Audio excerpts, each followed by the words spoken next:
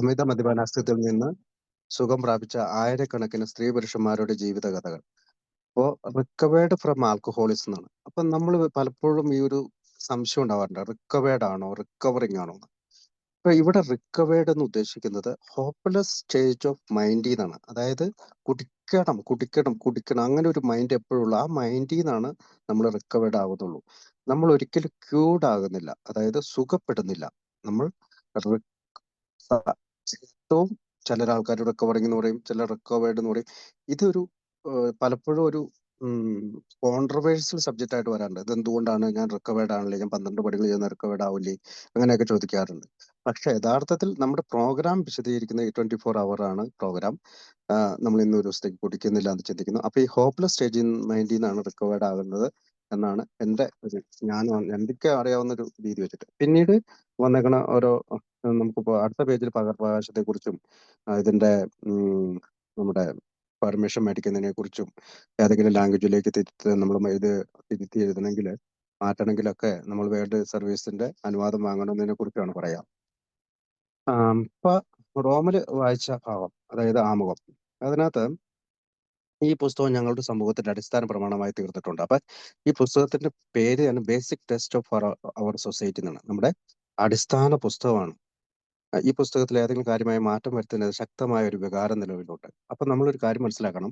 1939 ഏപ്രിലില് big book ഇറങ്ങിയതിന് ശേഷം വളരെ കാര്യമായ വ്യത്യാസം ഫസ്റ്റ് 164 പേജുകളിൽ ഉണ്ടായിട്ടില്ല. പിന്നെ പറയുന്നത്, അടുത്ത ഭാഗം പറയുന്നത് ഡോക്ടർ അഭിപ്രായം എന്ന ഭാഗം പൂർണ്ണമായും അതേപടി നിലനിർത്തിയെന്ന് വെച്ചാൽ ഡോക്ടർ അഭിപ്രായത്തിൽ ഒരു ഭാഗം പോലും നമുക്ക് തിരുത്തിയിട്ടില്ല, തിരുത്തേണ്ടി വന്നിട്ടില്ല.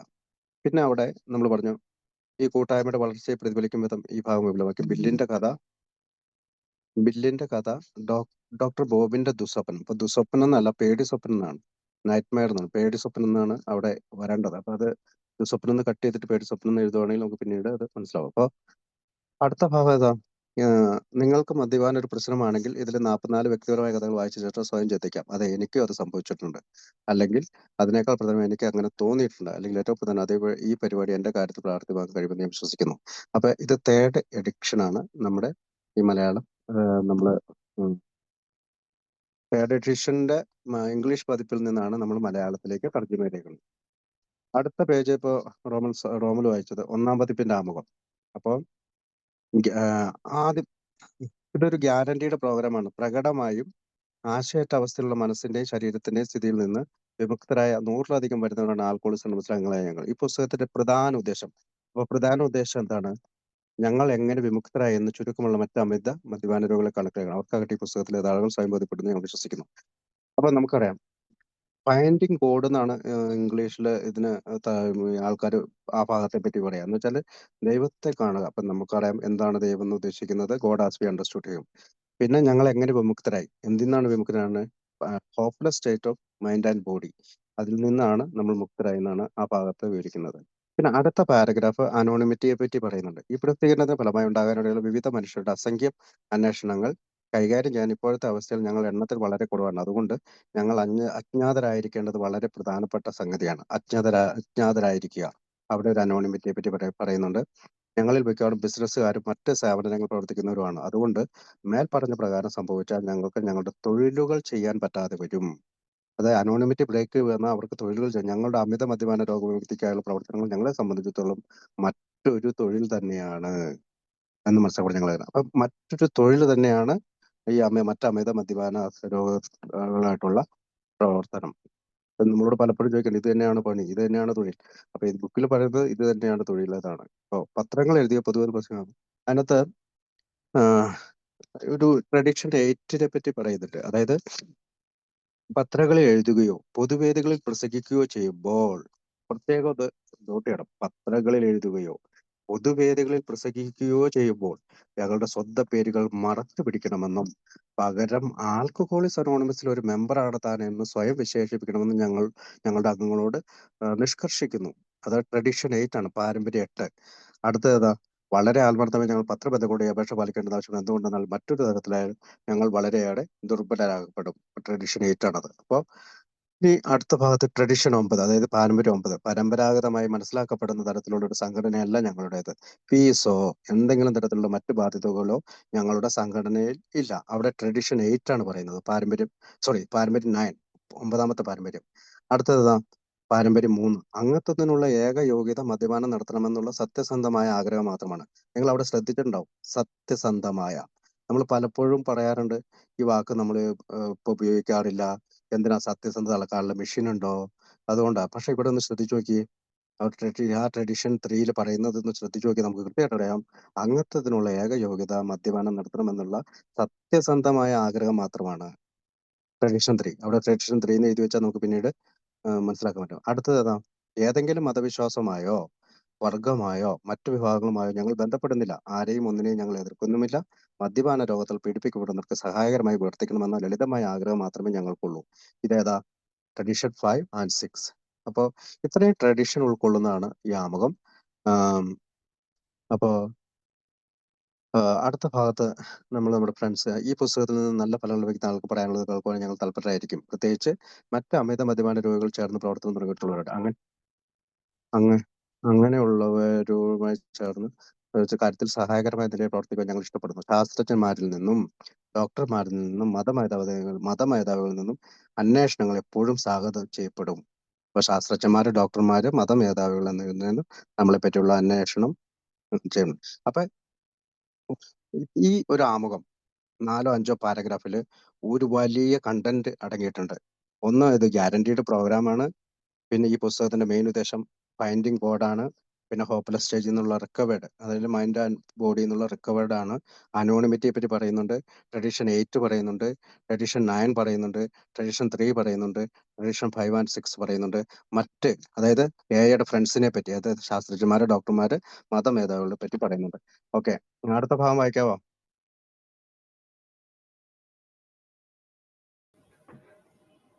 അടുത്ത കാര്യം വായിക്കണം.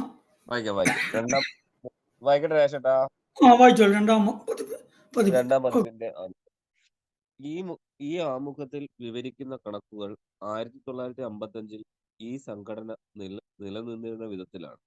ഈ പുസ്തകത്തിന്റെ ആദ്യ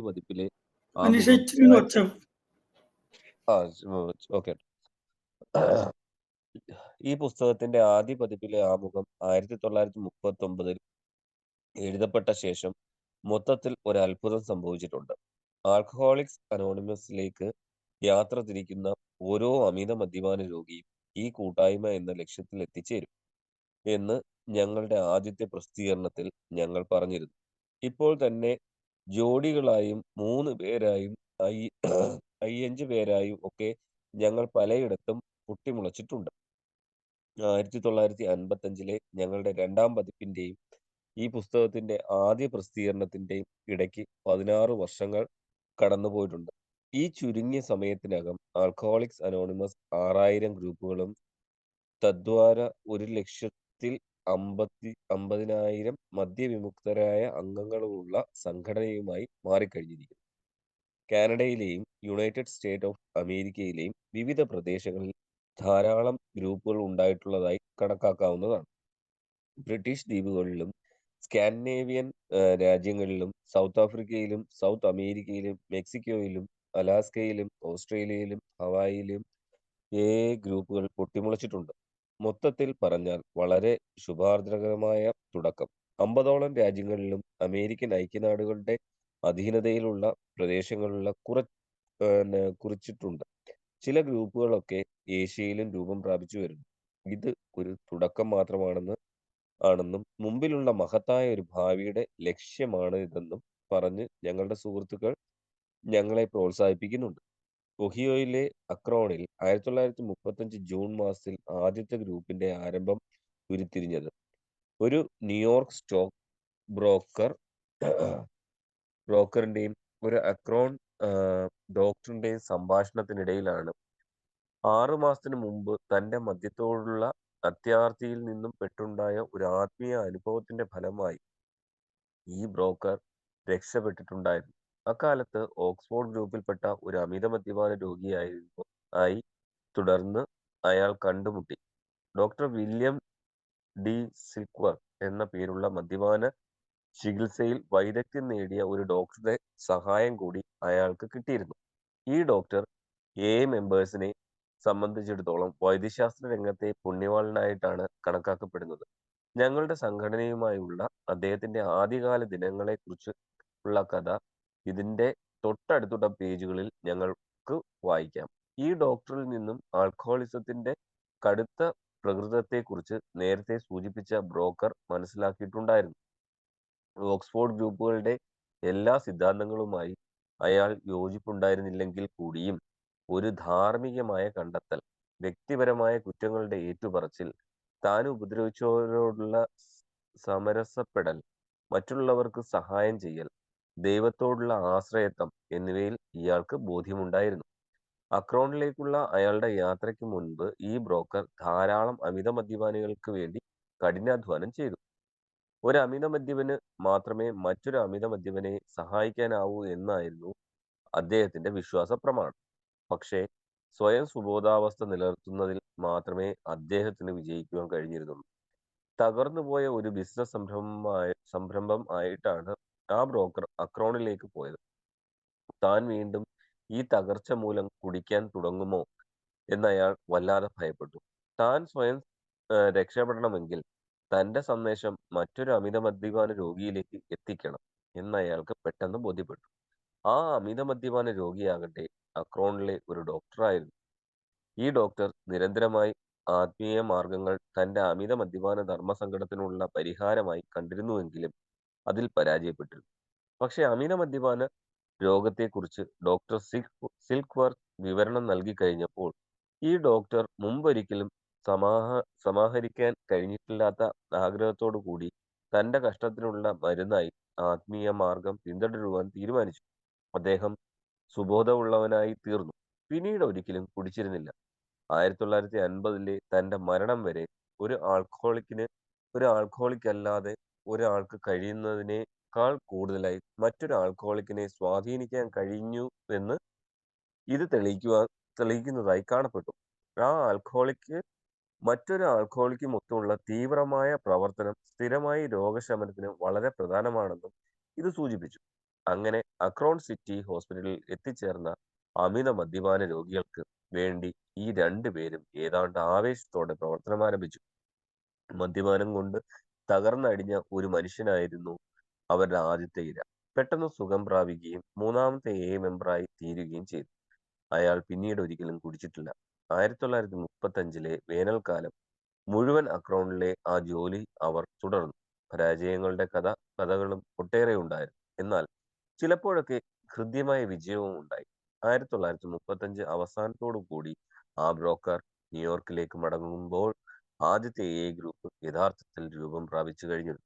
ആരും അതിനെക്കുറിച്ച് ബോധവാന്മാരായിരുന്നില്ലെങ്കിലും ഒരു രണ്ടാമത്തെ ചെറിയ ഗ്രൂപ്പ് ന്യൂയോർക്ക് രൂപം പ്രാപിച്ചിരുന്നു. അതിനു പുറമെ പലയിടങ്ങളിലായി ചിതറിക്കിടന്നിരുന്ന അമിത മദ്യപാന രോഗികൾ തങ്ങൾക്ക് അക്രോണിൽ നിന്നും ന്യൂയോർക്കിൽ നിന്നും ലഭിച്ച അടിസ്ഥാന തത്വങ്ങൾ മൂലം മറ്റ് പല നഗരങ്ങളിലേക്കും ഗ്രൂപ്പുകൾ ഉണ്ടാക്കുവാൻ ശ്രമിച്ചു കൊണ്ടിരിക്കുകയായിരുന്നു.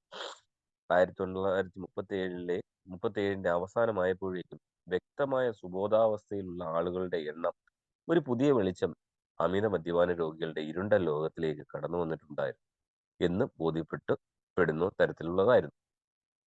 പ്രവർത്തനങ്ങളിൽ മുഴുകിക്കൊണ്ടിരുന്ന ഗ്രൂപ്പുകൾക്ക് തങ്ങളുടെ സന്ദേശം അദ്വിതീയമായ അനുഭവവും ലോകത്തിനു മുമ്പിലേക്ക് അവതരിപ്പിക്കുവാൻ ഇതാണ് തക്ക സമയമെന്ന് തോന്നിത്തുടങ്ങി. ഈ തീരുമാനം 1939 വസന്തകാലത്ത് ഈ പുസ്തകത്തിന്റെ പ്രസിദ്ധീകരണത്തോടെ ഫലപ്രാപ്തിയിലെത്തി.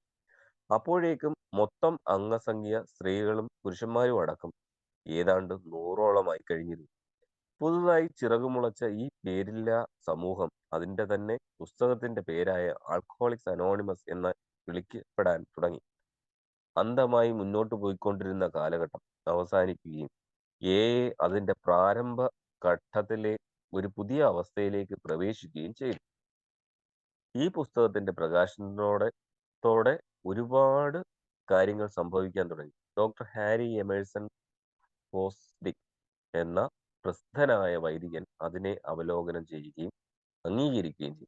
1939 അവസാനത്തോടെ ഹൂൾട്ടൺ ഓർസിലർ അന്നത്തെ ലിബർട്ടി എന്ന പത്രത്തിന്റെ പത്രാധിപർ. ആൽക്കഹോളിക്സ് ദൈവവും എന്ന ലേഖനം തന്റെ മാസികയിൽ പ്രസിദ്ധീകരിച്ചു. ഇതിനിടയിൽ ആരംഭിച്ചു കഴിഞ്ഞിരുന്ന ന്യൂയോർക്കിലെ ചെറിയ ഓഫീസിലേക്കും ഈ ലേഖനം പ്രസിദ്ധീകരിച്ചതിന്റെ ഫലമായി 800ഓളം വേവലാതി പൂണ്ട അന്വേഷണങ്ങൾ എത്തി. ഓരോ അന്വേഷണത്തിനും കഷ്ടപ്പെട്ടാണെങ്കിലും മറുപടി നൽകുവാൻ പ്രത്യേകം ശ്രദ്ധിച്ചു. ബുക്കുകളും ലഘുലേഖകളും അയച്ചു കൊടുത്ത് നിലവിലുണ്ടായിരുന്ന ഗ്രൂപ്പുകളിൽപ്പെട്ട ബിസിനസ്സുകാർ പുറത്തേക്ക് യാത്ര ചെയ്യുമ്പോൾ അവരുടെ പേരുകൾ ഈ നവാഗതർക്ക് നിർദ്ദേശിച്ചു കൊടുത്തു. പുതിയ ഗ്രൂപ്പുകൾ ഉയർന്നു വരാൻ തുടങ്ങി. എല്ലാവർക്കും അത്ഭുതം പകർന്നുകൊണ്ട് എയുടെ സന്ദേശം എഴുത്തുകളിലൂടെയും അതുപോലെ തന്നെ വാമൊഴികളിലൂടെയും പ്രചരിപ്പിക്കാമെന്ന് കണ്ടു. 1939 അവസാനമായപ്പോഴേക്കും 800ഓളം അമിത മദ്യപാന രോഗികൾ അവരുടെ രോഗവിമുക്തിയുടെ മാർഗത്തിൽ എത്തിയിരുന്നു. 1940 വസന്തകാലത്ത് ജോൺ ഡി റോക്ക്ഫെല്ലർ ജൂനിയർ തന്റെ കൂട്ടുകാർക്ക് വേണ്ടി ഒരു വിരുന്നൊരുക്കി. തങ്ങളുടെ കഥകൾ വിവരിക്കുന്നതിന് വേണ്ടി അദ്ദേഹം 7 മെമ്പർമാരെ ക്ഷണിച്ചിരുന്നു. ഈ വാർത്ത ലോകമെമ്പാടും പരന്നു. നിരവധി അന്വേഷണങ്ങൾ പ്രവഹിക്കാൻ തുടങ്ങി. നിരവധി ആളുകൾ ആൽക്കഹോളിക്സ് അനോണിമസ് എന്ന പുസ്തകത്തിനു വേണ്ടി പുസ്തകശാലയിലെത്തി. 1941 മാർച്ചോടെ അംഗസംഖ്യ 2000ലേക്ക് കുതിച്ചു കയറി. അങ്ങനെയിരിക്കെ സാറ്റർഡേ ഈവനിംഗ് പോസ്റ്റ് എന്ന പത്രത്തിൽ ജാക്ക് അലക്സാണ്ടർ ഒരു ലേഖനം എഴുതുകയും എയെക്കുറിച്ച് ശക്തമായ ഒരു ചിത്രം പൊതുജന സമക്ഷം അവതരിപ്പിക്കുകയും ചെയ്തു. തൽഫലമായി രോഗവിമുക്തി ആഗ്രഹിക്കുന്ന അമിത മദ്യപാന്മാരുടെ ഒരു പ്രവാഹം തന്നെ ഞങ്ങളിലേക്കുണ്ടായി. 1941 അവസാനമാവുമ്പോഴേക്കും എയിൽ 8,000ഓളം അംഗങ്ങൾ ഉണ്ടായിക്കഴിഞ്ഞിരുന്നു. ഗ്രൂപ്പുകൾ മുളച്ചു പൊന്തുന്ന പ്രക്രിയ അതിന്റെ പൂർണ്ണതയിലെത്തി. എ ഒരു ദേശീയ സ്ഥാപനമായി മാറിക്കഴിഞ്ഞിട്ടുണ്ടായിരുന്നു. ഞങ്ങളുടെ സംഘടന പിന്നീട് ഒരു ഭയാനകവും ആവേശഭരിതവുമായ കൗമാരാവസ്ഥയിലെത്തി. അത് അഭിമുഖീകരിച്ച പരീക്ഷണം ഇതായിരുന്നു. ഇതുവരെ ഉദ്ദേശലക്ഷ്യങ്ങളില്ലാത്ത ചുറ്റിത്തിരിഞ്ഞ അമിത മദ്യപാന രോഗിക്ക് കണ്ടുമുട്ടാനും ഒരുമിച്ച് വിജയകരമായി പ്രവർത്തിക്കാനും കഴിയുമോ? അംഗത്തെക്കുറിച്ചും നേതൃത്വത്തെക്കുറിച്ചും പണത്തെ സംബന്ധിച്ചും വഴക്കുണ്ടാകില്ലേ? സ്ഥാനത്തിനു വേണ്ടിയും അധികാരത്തിനു വേണ്ടിയും വടംവലികൾ ഉണ്ടാകില്ലേ? മതഭിന്നതകളുടെ പേരിൽ ഛിന്നഭിന്നമാകപ്പെടില്ലേ? താമസിക്കാതെ പല ഗ്രൂപ്പുകളിലും ഈ പ്രശ്നങ്ങൾ ഉണ്ടായി. പക്ഷേ ഭയപ്പെടുത്തുന്നതും നിരുത്സാഹപ്പെടുത്തുന്നതുമായ ഈ അനുഭവത്തിന് ഇടയിലും അംഗങ്ങൾ ഒത്തൊരുമിച്ച് നിന്ന് മുന്നോട്ടു പോകണമെന്നും ഭിന്നരായി നിന്നാൽ തകർന്നു പോകുമെന്നുള്ള ദൃഢനിശ്ചയമുണ്ടായിരുന്നു. ഒന്നുകിൽ ഞങ്ങൾക്ക് ഞങ്ങളുടെ കൂട്ടായ്മ കൂട്ടിയോജിപ്പിക്കുകയോ അല്ലെങ്കിൽ രംഗത്തു നിന്ന് മാറുകയോ ചെയ്യേണ്ടിയിരുന്നു. ഒരു അമിത മദ്യപാന രോഗിക്ക് ജീവിക്കാൻ ആവശ്യമായ തത്വങ്ങൾ ഞങ്ങൾ കണ്ടെത്തിയിട്ടുണ്ടായിരുന്നത് പോലെ ഗ്രൂപ്പുകൾ മൊത്തത്തിലുള്ള എയുടെ നിലനിർത്തുന്നതിലും ഫലപ്രദമായി പ്രവർത്തനത്തിലും ആവശ്യമായ തത്വങ്ങൾ ഞങ്ങൾക്ക് ആവിഷ്കരിക്കേണ്ടതുണ്ടായിരുന്നു. അമിത മദ്യപാന രോഗിയായ ഒരു സ്ത്രീയോ പുരുഷനോ ഞങ്ങളുടെ സംഘടനയിൽ നിന്ന് നിരസിക്കപ്പെടരുതെന്ന് ഞങ്ങൾ നിഷ്കർഷിച്ചു. അതുപോലെ തന്നെ ഞങ്ങളുടെ നേതാക്കൾ സേവനം ചെയ്യുകയല്ലാതെ ആരെയും ഭരിക്കുന്നരുതെന്നും നിശ്ചയിക്കപ്പെട്ടു. ഓരോ ഗ്രൂപ്പും പരമാധികാരമുള്ളവരായിരിക്കണമെന്നും ചികിത്സ മുതലായ തത്വങ്ങൾ തങ്ങൾ നടത്തരുതെന്നും തീരുമാനിക്കപ്പെട്ടു. യാതൊരു വിധത്തിലുള്ള ഫീസോ ബാധ്യതകളോ ഉണ്ടാക്കരുത്. ഞങ്ങളുടെ ചെലവുകൾ ഞങ്ങളുടെ തന്നെ സംഭാവനകളിലൂടെ നിർവഹിക്കണമെന്നും തീരുമാനിച്ചു. ഞങ്ങളുടെ സർവീസ് സെന്ററുകളിൽ പോലും ചെറിയ തോതിലുള്ള സംഘടനാ സ്വഭാവമേ പാടുള്ളൂ എന്നും ഞങ്ങൾ തീരുമാനിച്ചു. പൊതുജനങ്ങളുമായുള്ള ബന്ധത്തിൽ മെമ്പർമാരെ കൂടുതലായി ചേർക്കൽ എന്നതിനേക്കാൾ അവരെ ആകർഷിക്കൽ എന്ന തത്വങ്ങൾ ഞങ്ങൾ വിശ്വസിച്ചു. പത്രങ്ങളിലും റേഡിയോയിലും ടിവിയിലും സിനിമയിലും ഒക്കെ എല്ലാ അംഗങ്ങളും അനാമധേയത്വം വെച്ചു പുലർത്തണം എന്ന് പ്രത്യേകം നിഷ്കർഷിച്ചു. ഒരു സാഹചര്യത്തിലും പുറമേ നിന്നുള്ള കാര്യങ്ങൾക്ക് അംഗീകാരം കൊടുക്കുകയോ മറ്റു സംഘടനകളുമായി യോജിക്കുകയോ പൊതുവിവാദങ്ങളിൽ ഏർപ്പെടുകയോ ചെയ്യരുതെന്ന് ഞങ്ങൾ നിശ്ചയിച്ചു. ഈ പുസ്തകത്തിന്റെ 564 പേജിൽ വിവരിക്കുന്ന മട്ടിലുള്ള ഞങ്ങളുടെ 12 പാരമ്പര്യ തത്വങ്ങളുടെ സത്ത ഇതാണ്. ഈ തത്വങ്ങൾക്കൊന്നും ഒരു പുതിയ നിയമത്തിന്റെ ശക്തി ഇല്ലായിരുന്നുവെങ്കിൽ 1950ഓടെ വ്യാപകമായി ഈ അംഗീകരിക്കപ്പെട്ട ക്ലീവ്ലാൻഡ് ചേർന്ന ആദ്യത്തെ ഇന്റർനാഷണൽ കോൺഫറൻസിൽ വെച്ച് എയുടെ തത്വങ്ങൾ അംഗീകരിക്കപ്പെട്ടു. ഇപ്പോൾ ഞങ്ങൾക്കുള്ള ഏറ്റവും അമൂല്യമായ സ്വത്ത് എടുത്തു പറയത്തക്ക വിധത്തിലുള്ള എയുടെ ഐക്യമാണ്. ഞങ്ങളുടെ കൗമാരദശയുടെ ആഭ്യന്തരമായ ബുദ്ധിമുട്ടുകൾ തരണം ചെയ്യുന്നതിനിടയിൽ പൊതുജനപ്രീതിയും ഞങ്ങൾ ക്രമാതീതമായി വളർത്തി. ഇതിന് എടുത്തു പറയത്തക്ക 2 കാരണങ്ങൾ ഉണ്ടായിരുന്നു. അസംഖ്യം രോഗവിമുക്തിയും പിരിഞ്ഞു പോയിരുന്ന കുടുംബാംഗങ്ങളെ യോജിപ്പിക്കലും ഇവയുടെ അധീശത്വം എല്ലായിടത്തും വ്യാപിച്ചു. എയിൽ വന്ന അമിത മദ്യപാന രോഗികൾ യഥാർത്ഥത്തിൽ ശരിയായി ശ്രമിച്ചവരിൽ 50% പേര് പെട്ടെന്ന് തന്നെ സുബോധാവസ്ഥയിലുള്ളതായി തീരുകയും അങ്ങനെ തുടരുകയും ചെയ്തു. 25% ആളുകൾ സുബോധാവസ്ഥയിൽ എത്തിയത് കുടിയിലേക്ക് ഇടയ്ക്കുള്ള ഇടർച്ചയോടുകൂടിയാണ്. എയിൽ തുടർന്ന് മറ്റു ആളുകൾ നല്ല പുരോഗതി കാണിച്ചു. 1000-ഓളം ആളുകൾ ഏതാനും മീറ്റിംഗുകളിൽ പങ്കെടുക്കുകയും ഈ പ്രോഗ്രാം ഞങ്ങൾക്ക് ആവശ്യമില്ലെന്ന് ആദ്യമൊക്കെ തീരുമാനിക്കുകയും ചെയ്തു. പക്ഷേ കാലം മുന്നോട്ട് നീങ്ങിയപ്പോൾ ഇക്കൂട്ടരിൽ വലിയൊരളവിലുള്ള ആളുകൾ ഏതാണ്ട് മൂന്നിൽ 2 പേർ മടങ്ങി വരാൻ തുടങ്ങി. എയുടെ വിപുലമായ അംഗീകാരം നേടലിനുള്ള മറ്റൊരു കാരണം അതിന്റെ സുഹൃത്തുക്കളുടെ വിലമതിക്കാനാവാത്ത സേവനങ്ങളാണ്. വൈദ്യശാസ്ത്രരംഗം, മതം, പത്രങ്ങൾ കൂടാതെ അസംഖ്യം സുഹൃത്തുക്കൾ എന്നിവരൊക്കെ ഞങ്ങളുടെ സമർത്ഥവും സ്ഥിരവുമായ അഡ്വക്കേറ്റുമാരായി അവരുടെയൊക്കെ പിന്തുണയില്ലായിരുന്നുവെങ്കിൽ വളരെ ചെറിയ പുരോഗതി കാണിക്കാൻ മാത്രമേ ഞങ്ങൾക്ക് കഴിയുമായിരുന്നുള്ളൂ. എയുടെ വൈദ്യശാസ്ത്ര രംഗത്ത് മതങ്ങളിലും ഉണ്ടായിരുന്ന പ്രാരംഭ സുഹൃത്തുക്കളെ പറ്റി ഈ പുസ്തകത്തിന്റെ ഇനിയുള്ള താളുകളിൽ കാണാവുന്നതാണ്. ആൽക്കഹോളിക് അനോണിമസ് എന്ന് പറയുന്നത് ഒരു മതപരമായ സംഘടനയല്ല. ഒരു പ്രത്യേക ചികിത്സാ പദ്ധതി അതിനില്ല. പക്ഷേ ഞങ്ങൾ വിപുലമായി വൈദ്യശാസ്ത്ര രംഗത്തുള്ളവരുമായി, മതങ്ങളിലുള്ളവരുമായി സഹകരിക്കാറുണ്ട്. ആൽക്കഹോൾ വ്യക്തികളെ ബഹുമാനിക്കാത്ത കൂട്ടത്തിലായതുകൊണ്ട് ഞങ്ങൾ ശരിക്കും അമേരിക്കയുടെ ഒരു പരിച്ഛേദമാണ്. മറ്റു വിദൂര പ്രദേശങ്ങളിലും ഇതേപോലുള്ള ജനാധിപത്യപരമായ തുലനാവസ്ഥ നടന്നുകൊണ്ടിരിക്കുകയാണ്. ഓരോ വ്യക്തിയുടെയും മതവിശ്വാസത്തിന്റെ പശ്ചാത്തലത്തിൽ പറഞ്ഞാൽ ഞങ്ങളുടെ കൂട്ടത്തിൽ കത്തോലിക്കരുണ്ട്, പ്രൊട്ടസ്റ്റന്റുകാരുണ്ട്, ജൂതന്മാരുണ്ട്, ഹിന്ദുക്കളും മുസൽമാന്മാരും ഉണ്ട്, ബുദ്ധന്മാരുണ്ട്. ഞങ്ങളുടെ കൂട്ടത്തിലെ 15% സ്ത്രീകളാണ്. ഒരു വർഷം 20% എന്ന തോതിൽ ഞങ്ങളുടെ അംഗത്വം വർദ്ധിച്ചുകൊണ്ടിരിക്കുന്നു. നാളിതുവരെ നിരവധി ദശലക്ഷക്കണക്കിനുള്ള ശക്തമായ അമിത മദ്യപാന രോഗികൾക്കിടയിൽ ഒരു നേരിയ വിള്ളലിന്റെ സ്ഥാനം മാത്രമേ ഞങ്ങൾക്ക് നേടാനായിട്ടുള്ളൂ. ശാഖോപശാഖയായി ഞങ്ങൾ വളർച്ചയ്ക്ക് മദ്യപാന രോഗത്തിന്റെ ഒരംശത്തെ മാത്രം സ്പർശിക്കാനേ കഴിഞ്ഞിട്ടുള്ളൂ. ആൽക്കഹോളിക്കിനുള്ള ചികിത്സയുടെ കാര്യത്തിൽ ഞങ്ങൾക്ക് യാതൊരു കുത്തകയുമില്ല.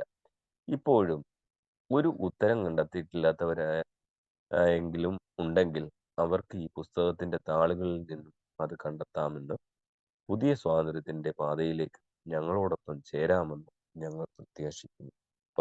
ചേട്ടാ, താങ്ക് യു.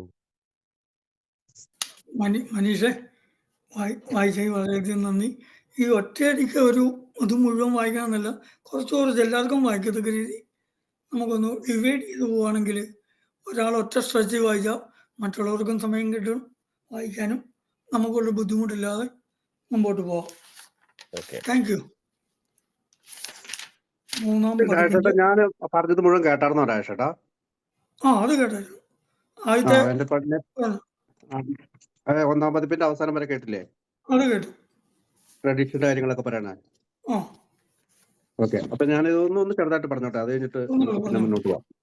ഇപ്പൊ രണ്ടാം പതിപ്പിന്റെ ആമുഖമാണ് ഇപ്പൊ മനീഷ് വായിച്ചത്. രണ്ടാം പതിപ്പിന്റെ ആമുഖത്തിന്റെ ആദ്യത്തെ പാരഗ്രാഫില് ഈ പുസ്തകത്തിന്റെ ആദ്യ പതിപ്പിന്റെ ആമുഖം 1939 എഴുതപ്പെട്ട ശേഷം മൊത്തത്തിൽ ഒരു അത്ഭുതം സംഭവിച്ചിട്ടുണ്ട്. എന്താണ് അത്ഭുതം? ആൽക്കഹോളിക്സ് അനോണിമസിലേക്ക് യാത്രയിരിക്കുന്ന ഓരോ അമിത മദ്യപാന രോഗിയും ഈ കൂട്ടായ്മ എന്ന ലക്ഷ്യത്തിൽ എത്തിച്ചേരും എന്ന ഞങ്ങളുടെ ആദ്യത്തെ പ്രസിദ്ധീകരണത്തിൽ ഞങ്ങൾ പറഞ്ഞിരുന്നു. അതായത് 1939 എഴുതിയ പ്രസിദ്ധീകരണത്തിൽ അവർ പറഞ്ഞിരുന്നു, ഈ ഓരോ അമിത മദ്യപാന രോഗിയും ഈ കൂട്ടായ്മ എന്ന ലക്ഷ്യത്തിലേക്ക്, അല്ലെങ്കിൽ എന്ന ഫെലോഷിപ്പിലേക്ക് എത്തിച്ചേരും. ഇപ്പോൾ തന്നെ ജോഡികളായും 3 പേരായും 5 പേരായും ഒക്കെ ഞങ്ങൾ പലയിടത്തും പൊട്ടിമുളിച്ചിട്ടുണ്ട്. അവിടെ ലോകം മുഴുവനും വ്യാപിക്കുന്ന നമ്മുടെ ഗ്രൂപ്പുകളെ കുറിച്ചാണ് പറഞ്ഞത്. ചില ഗ്രൂപ്പുകളിൽ 2 പേരുള്ളൂ, ചില ഗ്രൂപ്പിൽ 3 പേരുണ്ട്, ചില ഗ്രൂപ്പിൽ 5 പേരുണ്ട്. നമുക്കറിയാം, ഇന്നും നമ്മുടെ നാട്ടിലും ലോകം മുഴുവനും ഒക്കെ അങ്ങനെ തന്നെയാണ് ഗ്രൂപ്പുകൾ പൊട്ടിമുളച്ചിട്ടുള്ളത്. അപ്പോൾ പിന്നെ പറയുന്നത് നമ്മുടെ വളർച്ചയെ പറ്റി പറയുന്നത് 1955 1939 ആദ്യത്തെ എഡിക്ഷന് ശേഷം 1955 രണ്ടാമത്തെ എഡിഷൻ തന്നെ. അതിനുശേഷം ഈ ചുരുങ്ങിയ സമയത്തിനകം, അതായത് 1955, 39, ഇപ്പൊ എത്രയാ 40, 16 വർഷം, 16 വർഷത്തിന് അപ്പൊ അവർ പറയാ 16 വർഷങ്ങൾ കടന്നുപോയി. ഈ ചുരുങ്ങിയ സമയത്തിനകം ആൽക്കോളിക്സ് അനോണിമസ് 6000 ഗ്രൂപ്പുകൾ, അപ്പൊ 16 വർഷം കൊണ്ട് 6000 ഗ്രൂപ്പുകളും 1,50,000 മദ്യവിമുക്തരായ അംഗങ്ങളുമുള്ള സംഘടനയുമായി മാറിക്കഴിഞ്ഞു. അതിനകത്ത് കാനഡ പറയുന്നുണ്ട്, USA പറയുന്നുണ്ട്, വിവിധ പ്രദേശങ്ങൾ, കാനഡയിലും US-ലുമാണ് മെയിൻ ആയിട്ട് ആ സമയത്ത്. പിന്നെ ബ്രിട്ടീഷ് ദ്വീപുകള്, സ്കാൻഡിനോവിയൻ രാജ്യങ്ങള്, south Africa, south America, Mexico, Alaska, Australia, Hawaii, ഇവിടെയെല്ലാം പൊട്ടിപ്പൊളിച്ചിട്ടുണ്ട്. മൊത്തത്തിൽ പറഞ്ഞാൽ വളരെ ശുഭോർദാർഗമായ തുടക്കം. അപ്പൊ 16 വർഷം എന്ന് പറഞ്ഞാൽ നല്ലൊരു തുടക്കമാണ്. 50ഓളം രാജ്യങ്ങളിൽ അപ്പം എത്തിച്ചേർന്നു. അമേരിക്കൻ ഐക്യനാടുകളുടെ അധീനതയിലുള്ള പ്രദേശങ്ങളിലും ഇത് തുടക്കം കുറിച്ചു. ചില ഗ്രൂപ്പുകളൊക്കെ ഏഷ്യയിലും രൂപം കൊള്ളുന്നുണ്ട്. അത് ഒരു തുടക്കം മാത്രമാണെന്നും മുമ്പിലുള്ള മഹത്തായ ഒരു ഭാവിയുടെ ലക്ഷ്യമാണെന്നും ഞങ്ങളുടെ സുഹൃത്തുക്കൾ ഞങ്ങളെ പ്രോത്സാഹിപ്പിക്കുന്നുണ്ട്. അപ്പൊ ഈ ഞങ്ങളുടെ സുഹൃത്തുക്കൾ, അപ്പൊ എന്താണ് ആൽക്കോളിക്സ് അനോണിമസിന്റെ സുഹൃത്തുക്കൾ എന്ന് പറഞ്ഞാൽ നമുക്കറിയാം. ഡോക്ടർമാരുണ്ട്, പുരോഹിതരുണ്ട്, ഒരുപാട് പേരുണ്ട്. ഇപ്പൊ AA ഒരാളെ എത്തിക്കുന്നവരെല്ലാം നമ്മുടെ സുഹൃത്തുക്കളാണ്. അവർ ചിലപ്പോൾ ആൽക്കഹോളിക് ആവണമെന്നില്ല. അപ്പൊ നമുക്കറിയാം, കംസ് ഓഫ് ഏജ് ഒക്കെ വായിക്കുമ്പോൾ മുടി വെട്ടാൻ പോയ ഒരാള്, മുടി വെട്ട് ചെയ്യുന്ന ഹെയർ കട്ടർ അല്ലെങ്കിൽ സലൂൺ നടത്തുന്ന അയാൾ പറഞ്ഞതിനനുസരിച്ച് വന്നവരുണ്ട്. ഇറച്ചി മേടിക്കാൻ പോയ ആള് ഇറച്ചി വെട്ടുകാരൻ പറഞ്ഞിട്ട് വന്നവരുണ്ട്. അങ്ങനെ പല രീതിയിലാണ്. അപ്പൊ ഇവരെല്ലാം നമ്മുടെ സുഹൃത്തുക്കളാണ്. അപ്പോൾ ഒഹായിലെ അക്രോണിൽ 1990 ജൂൺ മാസത്തിൽ ആദ്യത്തെ ഗ്രൂപ്പിന് ആരംഭം ഉരുത്തിരിഞ്ഞ് ഒരു ന്യൂയോർക്ക് സ്റ്റോക്ക് ബോക്കിന്റെ ഒരു അക്രോൺ ഡോക്ടറുടെ സംഭാഷണത്തിലാണ്. അപ്പൊ നമുക്കറിയാം, 2 പേരിൽ നിന്നാണ് മില്യൺസിലേക്ക് നമ്മൾ വന്നത്. നമ്മൾ പലപ്പോഴും പറയാറുണ്ട് 2 മില്യൺസ്, 2 പേരിൽ നിന്ന് ലക്ഷക്കണക്കിന് ആളുകളിലേക്ക്. അപ്പോൾ അടുത്ത പാരഗ്രാഫില് നമുക്ക് നോക്കുമ്പോൾ സ്റ്റെപ്പ് 4, 5, 6, 7 കാണാം. അതായത് അത് ഞാൻ ഒന്ന് വായിക്കാം. 6 മാസത്തിന് മുമ്പ്, അവിടെ നമ്മുടെ സ്റ്റെപ്പ് ഇതിനെപ്പറ്റി, അതായത് 1 പറ്റി പറയാതെ, 6 മാസത്തിന് മുമ്പ് തന്റെ മദ്യത്തോടുള്ള പെട്ടെന്നുണ്ടായ ഒരു ആത്മീയ അനുഭവത്തിൽ ഫലമായി ഒരു ഈ ബ്രോക്കർ രക്ഷപ്പെട്ടിട്ടുണ്ടായിരുന്നു. അപ്പൊ ബിൽഡബ്ല്യൂനെ പറ്റി പറയുന്നു. അക്കാലത്ത് ഓക്സ്ഫോർഡ് ഗ്രൂപ്പിൽപ്പെട്ട ഒരു അമിത മദ്യപാന രോഗിയായി തുടർന്ന് അയാൾ കണ്ടുമുട്ടി. ഡോക്ടർ വില്യം സിൽക്വർത്ത് എന്നിവരുള്ള മദ്യപാന ചികിത്സ വൈദഗ്ധ്യത്തിന്റെ ഡോക്ടറുടെ സഹായം കൂടി അയാൾക്ക് കിട്ടിയിരുന്നു. ഈ ഡോക്ടർ AA മെമ്പേഴ്സിനെ സംബന്ധിച്ചിടത്തോളം വൈദ്യശാസ്ത്ര രംഗത്തെ പുണ്യവാളനാണ്. നമുക്കറിയാം, സിൽക്വർത്തിനെ എപ്പോഴും നമ്മള് സെയിന്റ് എന്നാണ് വിളിക്കുന്നത്. അതായത് മദ്യാസക്തരുടെ പുണ്യവാളൻ എന്നാണ് വിളിക്കുന്നത്. അപ്പൊ അതൊരു പോയിന്റ് അവിടെ നിന്നുണ്ട്. പിന്നെ ഞങ്ങളുടെ സംഘടനയുമായി അദ്ദേഹത്തിന്റെ ആദ്യകാല ദിനങ്ങളെ കുറിച്ച് കഥ ഇതിന്റെ തൊട്ടടുത്തുള്ള പേജുകൾ ഉപയോഗിക്കാം. ഈ ഡോക്ടേഴ്സിന് ആൽക്കോളിസത്തിന്റെ കടുത്ത പ്രകൃതം, അതായത് 1-ാം പടി, ഇതിനെപ്പറ്റിയുള്ള ഭാഗങ്ങൾ ഡോക്ടർ സിൽക്വർത്തിന്റെ ഒരു ഭാഗം വരുമ്പോൾ നമുക്ക് വായിക്കുന്നുണ്ട്. സൂചിപ്പിച്ച ബ്രോക്കർ മനസ്സിലാക്കിയിട്ടുണ്ടായിരുന്നു, അതായത് നമ്മുടെ ബിൽഡബ്ല്യൂ മനസ്സിലാക്കിയിട്ടുണ്ടായിരുന്നു. അടുത്തത് ഓക്സ്ഫോർഡ് ഗ്രൂപ്പിന്റെ എല്ലാ സിദ്ധാന്തങ്ങളും അയാൾക്ക് യോജിപ്പെട്ടായിരുന്നില്ലെങ്കിൽ കൂടിയും പ്രത്യേകം ശ്രദ്ധിക്കണം, ഓക്സ്ഫോർഡ് ഗ്രൂപ്പ് ഇല്ലായിരുന്നെങ്കിൽ കൂടി ഒരു ധാർമ്മികമായ കണ്ടെത്തൽ, അതായത് മോറൽ സൈക്കോളജി എന്ന് പിന്നീട് സിൽക്വർത്ത് പറഞ്ഞ ധാർമ്മികമായ കണ്ടെത്തൽ. അപ്പൊ അവിടെ സ്റ്റെപ്പ് 4, വ്യക്തിപരമായ കുറ്റങ്ങളുടെ ഏറ്റുപറച്ചിൽ. സ്റ്റെപ്പ് 5, താൻ ഉപദ്രവിച്ചിട്ടുള്ള സമരസപ്പെടൽ. സ്റ്റെപ്പ് മറ്റുള്ളവർ അത് 9, സ്റ്റെപ്പ് 9, മറ്റുള്ളവർക്ക് സഹായം ചെയ്യൽ. സ്റ്റെപ്പ് 12, ദൈവത്തോടുള്ള ആശ്രയത്വം. അത് നമുക്കറിയാം, സ്റ്റെപ്പ് 11. അപ്പൊ എന്നിവ അയാൾക്ക് ബോധ്യമുണ്ടായിരുന്നു. അപ്പൊ ഇതിനകത്ത് നമുക്ക് വേണമെങ്കിൽ 6, 7, കാരണം വ്യക്തിപരമായ കുറ്റങ്ങളുടെ ഏറ്റുപറച്ചിൽ വരുമ്പോഴത്തേക്ക് നമ്മളുടെ ഷോർട്ട് കമ്മിങ്സ് ഒക്കെ മാറ്റാനായിട്ട് പ്രാർത്ഥിക്കുന്നതിനും ഇതിനെ കുറിച്ചും നമുക്ക് വേണമെങ്കിൽ കൂട്ടിച്ചേർക്കാം. അപ്പൊ അത് ഒരു ചെറിയ പോയിന്റ് ആയിട്ട് അവിടെ നമുക്ക് മനസ്സിലാക്കിയത്. അടുത്ത പോയിന്റ്, അക്രോണിലേക്കുള്ള അയാളുടെ യാത്രയ്ക്ക് പോയി ബ്രോക്കർ ധാരാളം അമിതമദ്യപാനികൾ കൂടി കഠിനാധ്വാനം ചെയ്തു. അപ്പോൾ അക്രോണിലേക്കുള്ള യാത്ര നമുക്കറിയാം, ഒഹായോയിലെ ഒരു ബിസിനസ് ആവശ്യത്തിന് വേണ്ടിയിട്ടാണ് ബിൽഡബ്ല്യൂ പുറപ്പെടുന്നത്. പക്ഷേ അതിനു മുമ്പ് ഈ 3-ാമത്തെ ചികിത്സയ്ക്ക് ശേഷം ഡോക്ടർ സിൽക്വർത്തിന്റെ സഹായത്താൽ ഈ പറയുന്ന ചാൾസ് ബി ടൗൺസ് ഹോസ്പിറ്റലിൽ അദ്ദേഹം പല രോഗികളെ കാണുന്നുണ്ടായിരുന്നു. പക്ഷെ ആ രോഗികളുമായിട്ട് അയാൾ സംസാരിച്ചുകൊണ്ടിരുന്നെങ്കിലും ഒരാൾ പോലും സുബോധവാനായില്ല. പക്ഷെ ബിൽഡബ്ല്യൂ 6 മാസം സുബോധവാനായി. അപ്പം ഈ സ്റ്റെപ്പ് 12 പറയുന്ന മറ്റുള്ളവരെ സഹായിക്കുക എന്നുള്ള ഒരു ആശയത്തില്, മറ്റുള്ളവർ സുഖപ്പെടുന്നില്ലേ എന്നുള്ളത് പ്രശ്നമല്ല, നമ്മൾ സുഖപ്പെടുന്നുണ്ട്. ഒരു അമിത മദ്യപാനം മാത്രമേ മറ്റൊരു അമിത മദ്യപാനം സഹായിക്കാനാവൂ എന്നായിരുന്നു അദ്ദേഹത്തിന്റെ വിശ്വാസ പ്രമാണം.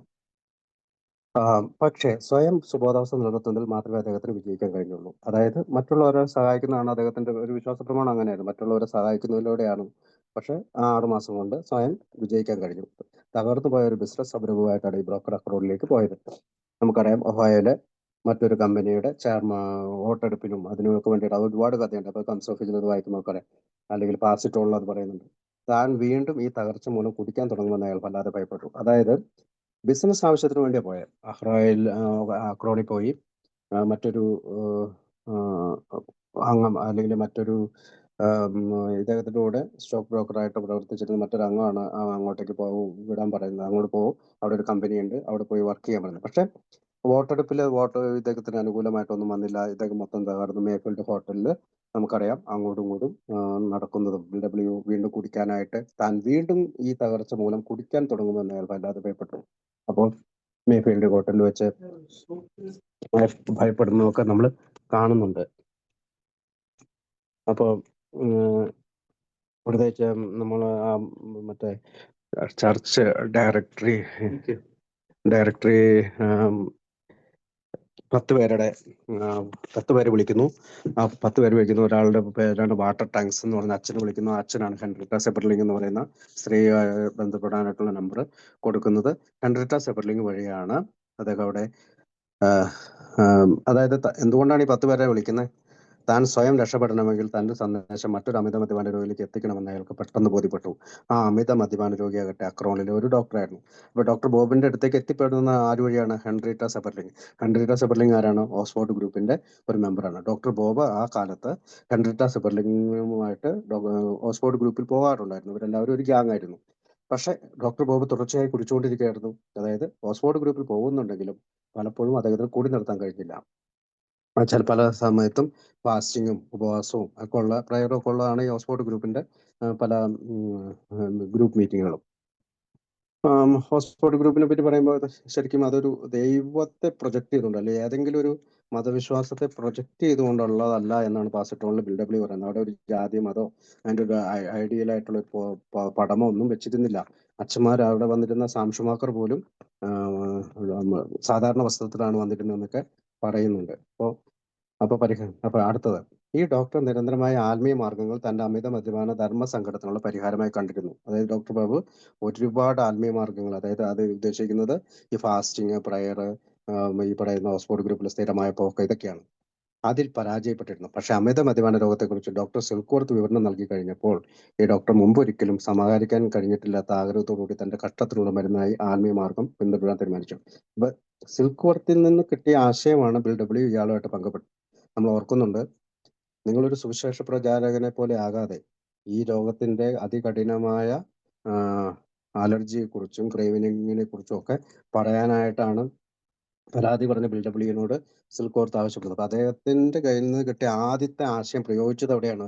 ഡോക്ടർ ബോബിന്റെ അടുത്താണ്. അദ്ദേഹം സുബോധവനായി തീർന്നു. പിന്നീട് ഒരിക്കലും കുടിച്ചിരുന്നില്ല. അപ്പൊ ഡോക്ടർ ബോബ് പിന്നീട് 1950 തന്റെ മരണം വരെ അദ്ദേഹം പിന്നീട് കുടിച്ചിരുന്നില്ല. 15 വർഷമാണ് ആൽക്കഹോളിക്സ് അനോണിമസിന്റെ ഉള്ളിൽ അദ്ദേഹം പ്രവർത്തിച്ചത്. അപ്പോൾ അടുത്തത് ആ പാരഗ്രാഫിൽ തന്നെ, ഒരു ആൽക്കഹോളിക്ക് മറ്റൊരു ആൽക്കഹോളിക്കുമായുള്ള തീവ്രമായ പ്രവർത്തനം സ്ഥിരമായ രോഗശമനത്തിന് വളരെ പ്രധാനമാണെന്നും ഇത് സൂചിപ്പിച്ചു.